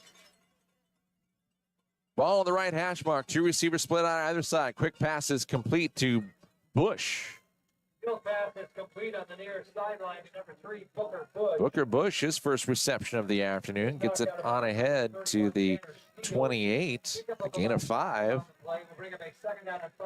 2nd and 5 for Rocky Mountain College. I've got Buell now over the 400-yard mark with that last completion. Buell, pass left side to Bush. It is complete near the first down yardage marker. He's going to be tackled in the open field by Jacob Arms. They're going to say he is a yard short. Tackled inbounds, so the clock continues to move. Rocky going with no huddle. Big third down play, 3rd and 1. 3rd down and 1. Just under 7 minutes to go in the 4th. Buell trying to change up the play. Buell trying to get the formation set up correctly. 10 seconds on the play clock. Buell on the keeper. Buell's got the first down. Following his blockers, he gets ahead to the 35-yard line on a gain of 3. First down for the Battlin Bears, their 16th of the afternoon. No huddle offense. Buell fires it, and that is intercepted at the 45. The intended receiver was De Niro Killian Jr., and that one did not have enough air underneath it. It was well short of Killian Jr., and it was intercepted by Amari Bluford. Buell comes up limping as he heads off the field. College of Idaho. As you said, Kyle, that pass terribly underthrown by Buell.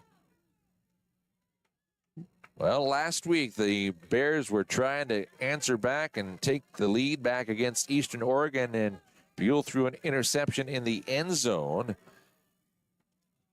Eastern Oregon then able to run out the rest of the clock here. It'll be 1st and 10 at their own 45 for the Yotes who get it back, and that is Young again in at quarterback. The pass is complete to Hauser. Gets away from the defender. Hauser keeps his feet. Hauser in the 20, the 10. Hauser will go in for the touchdown from 55 yards out, and the Yotes have taken a 2-touchdown plus lead once again. Again, the speed of the Yotes literally outrunning the defenders for Rocky. There were about 3 or 4 situations there where a tackle could have and should have been made. But again, the Yotes able to keep their feet and then outrun the defenders for the touchdown. Caden Young, that's his first touchdown pass of the year. The point after is good by Botch. And it is now 49-31, back to an 18-point lead for the College of Idaho. We'll take a timeout with 6:12 left here in the 4th quarter. Yotes on top, the Battlin Bears by 18. Back in a moment on the Rocky Mountain Athletics YouTube channel.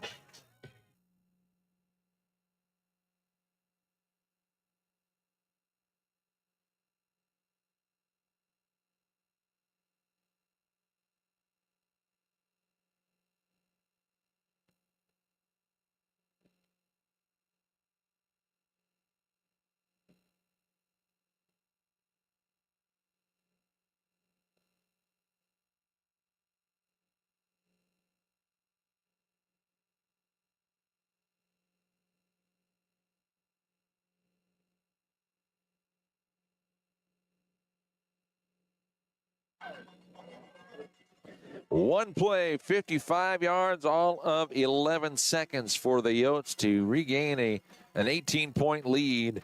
Caden Young, he is now 4 of 7 passing on the years. The return by Jack Waddell, he got up to the 20, tried to get past it, and he is upended by the Yotes special teams. And Waddell will return it. They'll spot him down at the 24-yard line. Well, how quickly the tides turn for the Battlin Bears. It looks like they might be able to get it back within 4. And the interception, the first one of the afternoon by Graydon Buell, goes for 6. And now we've got a new quarterback in for the Battlin Bears as Jacob Holcomb is in there. Pass complete to Killian Jr. at the 33-yard line. He is thrown backwards, and Luke Holcomb out there makes his first completion up to the 33, a gain of 9.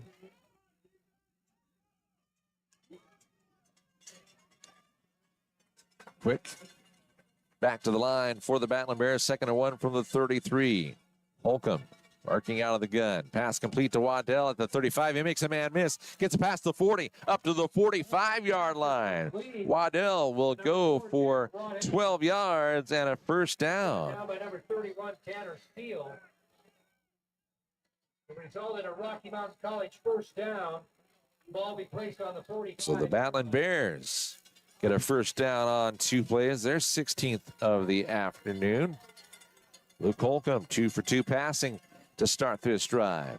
First and 10 from the Bears 45-yard line. 2 receivers split out either side. Holcomb, pass over the far sideline, complete at the 45-yard line to Killian Jr. He will get out of bounds at the 43. That'll be a gain of 13 yards. And Luke Holcomb is 3 for 3 to start this drive. Ball be on the 43-yard line of the Yotes. And it is another first down for the Battlin Bears. First and 10 from the 43-yard line. Holcomb, pass complete at the 35-yard line. And who is the man that's trying to muscle his way ahead? That is Booker Bush. Brought down by number 22. Luke Holcomb can't miss all of a sudden. Again, result in a Rocky Gets it to the 33, gain of 10 yards and a first down. An impressive drive so far by Luke Holcomb. 4 consecutive first downs here. 2 receivers left, 2 receivers right. Holcomb out of the gun. Kyan Jesperson on his right hip, pass over the middle. That one is too high for Eric Lira. And that one, Lira was cutting across left to right. Second down and 10, Battlin. Stops the clock with 4:01 left.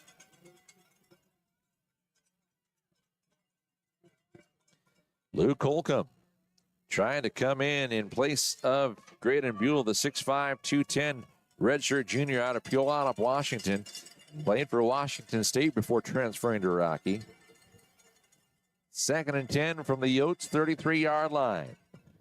Holcomb looking left side. Quick pass completed at the 30. Bouncing off defenders, Booker Bush. He gets down inside the 25, down to the 24, maybe close to the 23. Great second effort and third effort by Booker Bush. Good for 9 yards.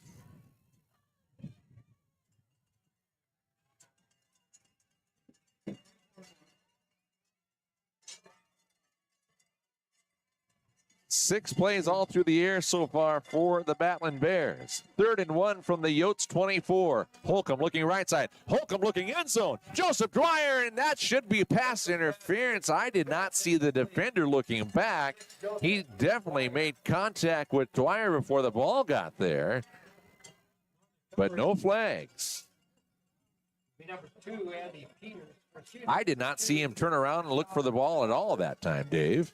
Nope, they basically got away with one that time. 4th and 1 from the 24. 3:19 left in the 4th. Holcomb's going to keep it. Holcomb trying to go for the first down. It's probably back to the marker, maybe a half yard. I think it's going to be short. And we got a Yote player slow in getting up. Well, they mark it just shy of the 23. And the referee says he is short. 4th and 1. The Battlin Bears not able to convert. College of Idaho. Ball can be placed on the 24-yard line.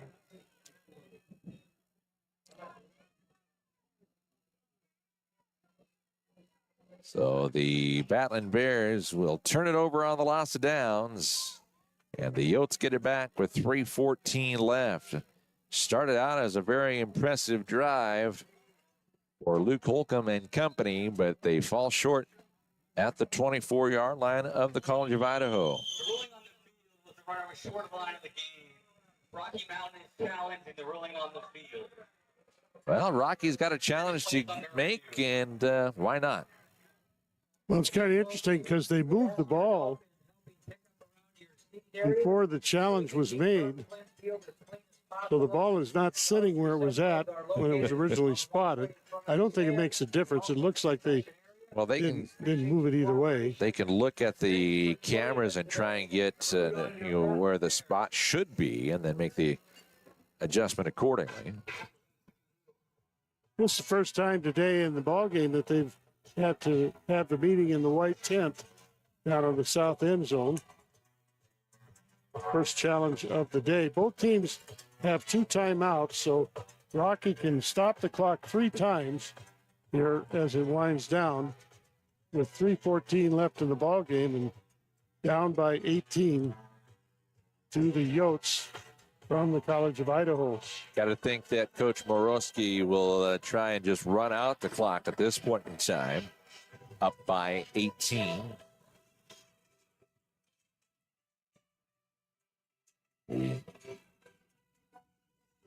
Back judge down there to look into the replay information. Remember, Dave, a couple of weeks ago we had a unsportsmanlike conduct call for the showing the referee the iPad. The iPad. The iPad penalty. That's not the case here this afternoon. But well, the College of Idaho didn't really. They're on the bottom end of this deal. So right.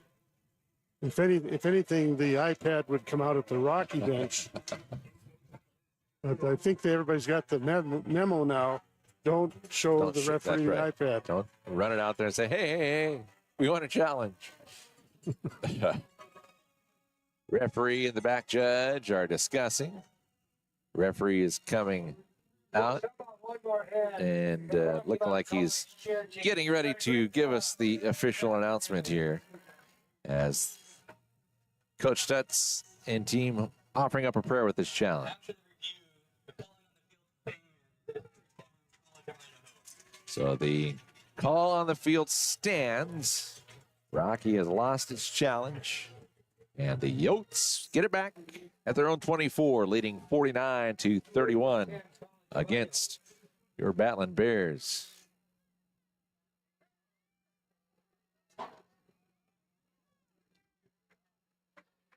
And this is, again, Caden Young, who came in and went 1 of 2 passing for a 55-yard strike on his last drive. Gonna be a handoff as expected.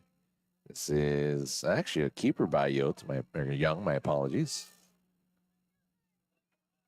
Young will get a yard. College of Idaho. No gain on the play. We'll bring up a 2nd down and 10. If he gets a yard, there would be a gain, right? That's 2nd and, are they going to say, about a half yard? Man in motion is Hauser. He'll come in a couple of steps. Caden Young. Looks like he was throwing a boat there for a second as he calls the play, takes a snap, hands it off, and caught from behind by John Aragon is the runner. That is Brought down initially by number 8, John Aragon. Jeremiah. Chuck Wadobe. Bring up a 3rd down and about 11. And it'll be a loss of 1.5 yards. Rocky Mountain. Their 3rd and final. Rocky calls their 3rd and final timeout. Chuck Wadobe. Jeremiah, a 5'9" graduate out of Los Angeles, California, played for Diamond Bar High School.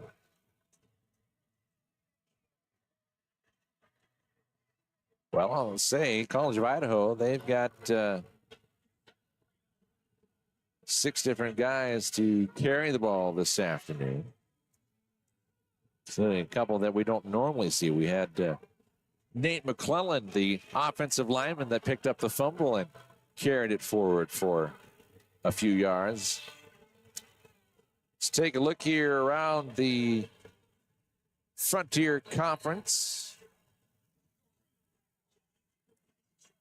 Carroll College 43, Montana Northern 12. As that one has gone final. Montana State Northern, I should clarify. Tech holds on for a 42-35 victory over Southern Oregon, so Tech will improve in the rankings as Southern Oregon was ranked 7th and will be hosting Rocky next week. Will drop a few spots. 3rd and 11 from the 22, Young looking to pass. Young And that pass is short. Kason Barnett is going to be called for the pass interference against John Krebs, as Kason did not get turned around. Krebs was trying to reach back to get to that ball, and Kason was in between him and the ball. So that should go for 15 yards and a first down. Fourth penalty of the afternoon called against Rocky Mountain College. Pass interference, number 7, defense. 15-yard penalty, automatic, first down. Second first down via a penalty this afternoon for either team, both to the advantage of the Yotes this afternoon. Fake the handoff, keeper by Young. He goes straight ahead, gets his way up from the 37 to the 39, a gain of 2.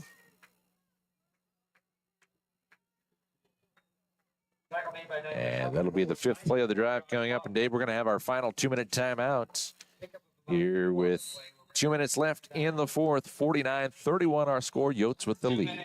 One more chance to thank the folks at Irk Hotels for helping to sponsor the streaming of the 23-24 sports season here on YouTube channel.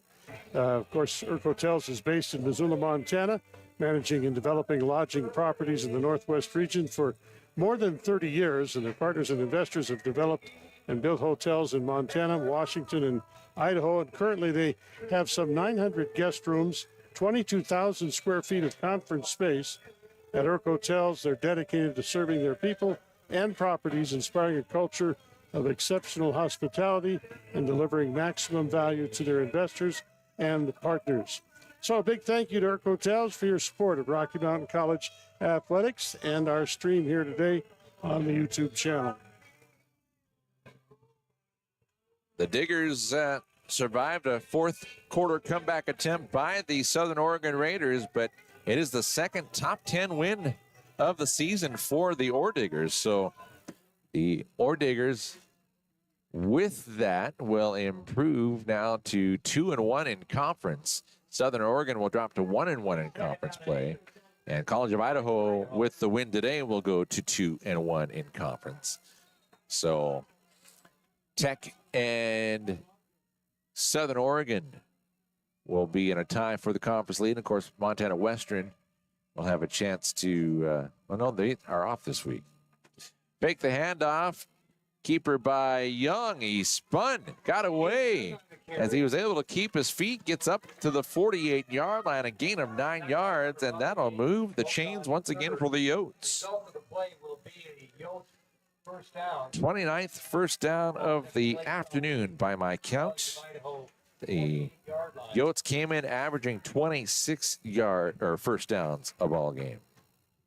And they are approaching midfield once again as they will now look to take victory formation with 1:35 left. Rocky cannot stop the clock. Yotes up by 18. They will take the snap, and for one of the few times this season we see a quarterback under center as Young takes a knee, dropping back for a 1-yard loss. And the final 80 seconds will click off here at Herb Klindt Field. Well, Dave, we've seen a couple of valiant efforts by Rocky the last 2 weeks here at home, but they've been stopped short because of interceptions. And, of course, you got to credit College of Idaho. I mean, you put up 49 points. It is hard to answer back after a 49-point effort from your opponent. That's true. Good offense on the part of the Yotes from the College of Idaho as they wrap up the win here on the road at Herb Klindt Field against the Rocky Mountain College Battlin Bears. As you mentioned, Rocky going to be on the road next week. A couple of tough ball games coming up for Rocky as they're going to face some ranked teams in action on the road and here at home as the clock winding down on this game. One final knee taken with 25 seconds left, and the players will start to greet each other with hugs and high fives. The final score in this one, 49-31. College of Idaho over Rocky Mountain College this afternoon here at Herb Klindt Field. We'll take a timeout. We'll come back and recap the scoring and the final statistics. You're watching all the action on the Rocky Athletics YouTube channel.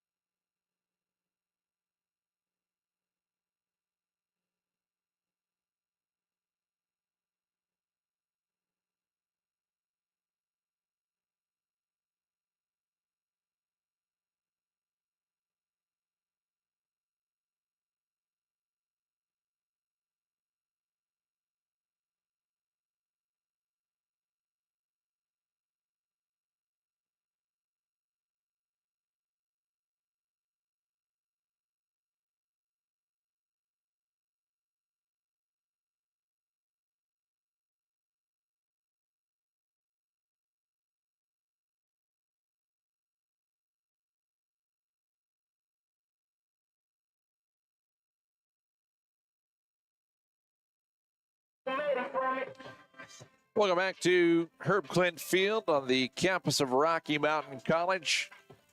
The Battlin Bears go down in defeat for the second week in a row here at home. The final score in this one, 49-31, as the College of Idaho comes away victorious this afternoon. It was 10-7 at the end of the first quarter. Rocky had the lead. College of Idaho had the opening score, 16-yard run for Hunter Gilbert to make it 7-0, but then Rocky had a 27-yard field goal by Austin Drake and a 1-yard quarterback keeper by Graydon Buell to give Rocky their only lead of the afternoon, 10-7. And that was our score at the end of the first quarter. College of Idaho, 4 touchdowns in the second quarter as they had a 22-yard pass from Peters to John Krebs. And then a 24-yard run by Hunter Gilbert, his second rushing touchdown of the afternoon. That made it 21-10, College of Idaho. Rocky answered back with a 53-yard strike from Graydon Buell to Eric Lira. Drake's point after attempt made it 21-17 with 6:40 left in the first half. The College of Idaho, a 67-yard pass from Andy Peters to Brock Richardson. Botch's point after attempt was good, 28-17 with 6:04 left. That was the ensuing strike by College of Idaho. Rocky answered with a 14-yard pass from Graydon Buell to Deniro Killian Jr. to make it 28-24 with 1:15 left. But that would be as close as they would be able to get it. As again, College of Idaho, their fourth touchdown in the fourth quarter, coming with 18.9 seconds left, an 8-yard pass from Peters to Torrey Watkins. And the point after attempt good by Botch again to make it 35-24, our score at the end of the half. We only had one score in that third quarter. It was for the College of Idaho on a drive that started at their own 20 with 9:56 left in the third. They would go 8 plays, 80 yards in 3 minutes and 11 seconds. An 8-yard pass from Peters to Jace Appleby. Botch's point after attempt made it 42-24 with 6:45 left in the third quarter. That was our score at the end of 3. Rocky got a touchdown at the beginning of the fourth. A 6-yard strike from Graydon Buell to Joseph Dwyer in the end zone. Drake's point after attempt made it 42-31. And after Rocky's defense forced a turnover on a loss of downs, Battlin Bears got it back at their own 23-yard line. They drove quickly into Yotes territory, but it was intercepted by Bluford for the Yotes. And that gave the ball back over to College of Idaho. And on the ensuing play, a 55-yard strike from Caden Young to Tommy Hauser. Botch's point after attempt was good to make it 49-31. And then Rocky turned it over on a loss of downs after an impressive initial drive by Mr. Luke Holcomb in relief of Graydon Buell. But Rocky turns it over on the loss of downs, and the Yotes run out the final 3 minutes and 14 seconds to come away with the victory. Dave, your thoughts as I look to see if we got our final statistics this afternoon? Well, as Rocky heads out on the road next week, the big question is the health of the team, really. Graydon Buell hobbled this week. Is he going to make a recovery? Is he going to be back? And Luke Holcomb did pretty well coming in relief there late in the ball game. Very accurate passer. Definitely has a set of legs under him. A lot fresher at this time of the season. So what does Rocky do? Do they go to their backup quarterback, or do they stick with Graydon Buell? Well, we'll have to see how Graydon is feeling as they get through practice this week. And, of course, as you mentioned, they're going to be on the road, a very tough matchup coming up, and we'll talk about that here in a few minutes. I got the final stats. Let's give them to you.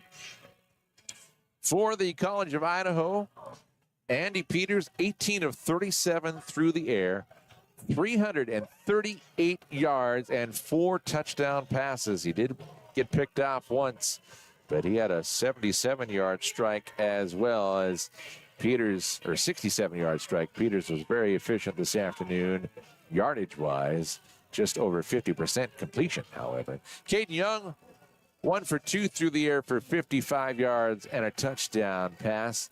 Receiving-wise, Tommy Hauser, 5 receptions, 121 yards and a touchdown. John Krebs, 3 for 79 on the afternoon. Brock Richardson, 4 receptions for 42 yards and a touchdown. Shane Runyon, 1 for 22 and a score according to the official stats.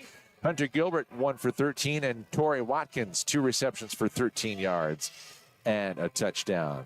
Rushing-wise, Andy Peters, 15 of 89 for 5.9 yards per carry. Hunter Gilbert, 12 for 83 and 2 rushing touchdowns in the first half. Jackson Stampley, 5 carries for 40 yards on the afternoon. Caden Young, 6 for 8.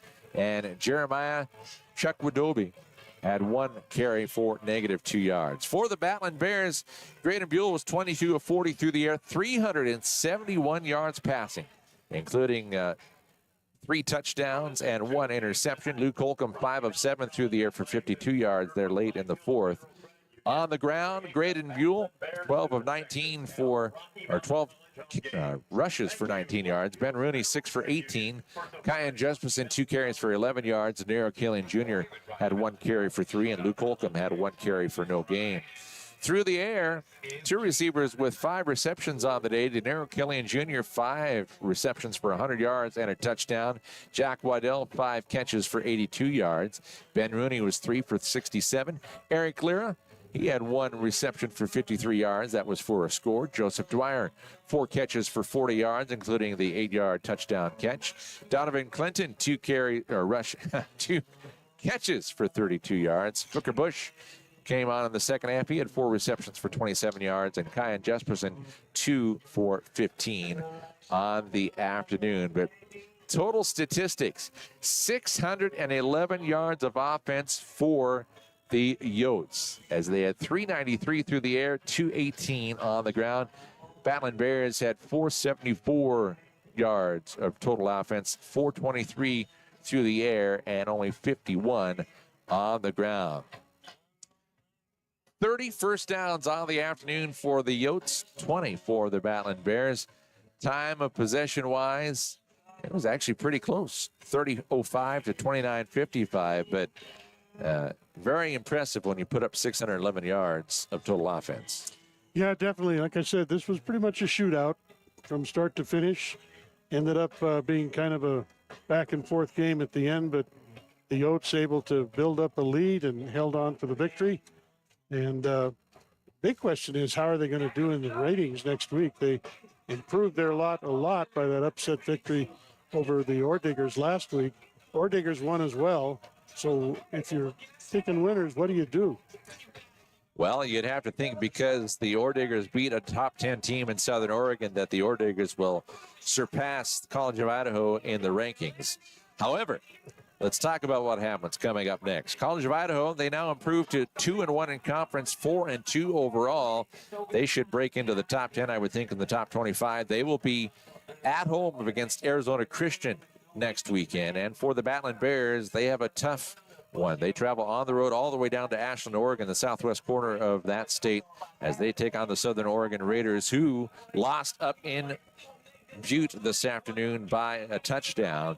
But they were ranked number 7 coming into this weekend, so you know it's going to be a tough game for this Battlin Bears, as they fall to 1-4 overall and 0-3 in conference. Again, the score by the quarters: Rocky led at the end of the one, 10-7, but they trail at the half, 35-24. The Yotes extended their lead to 42-24 at the end of 3, and they come away with the 18-point victory this afternoon. The final score, 49-31. My thanks to Michael Darby, our producer engineer, our great camera crew as well. For Dave Riley, Kyle Riley saying so long from Herb Klindt Field, where the Battlin Bears fall to the College of Idaho. The final score, 49-31. So long, everybody.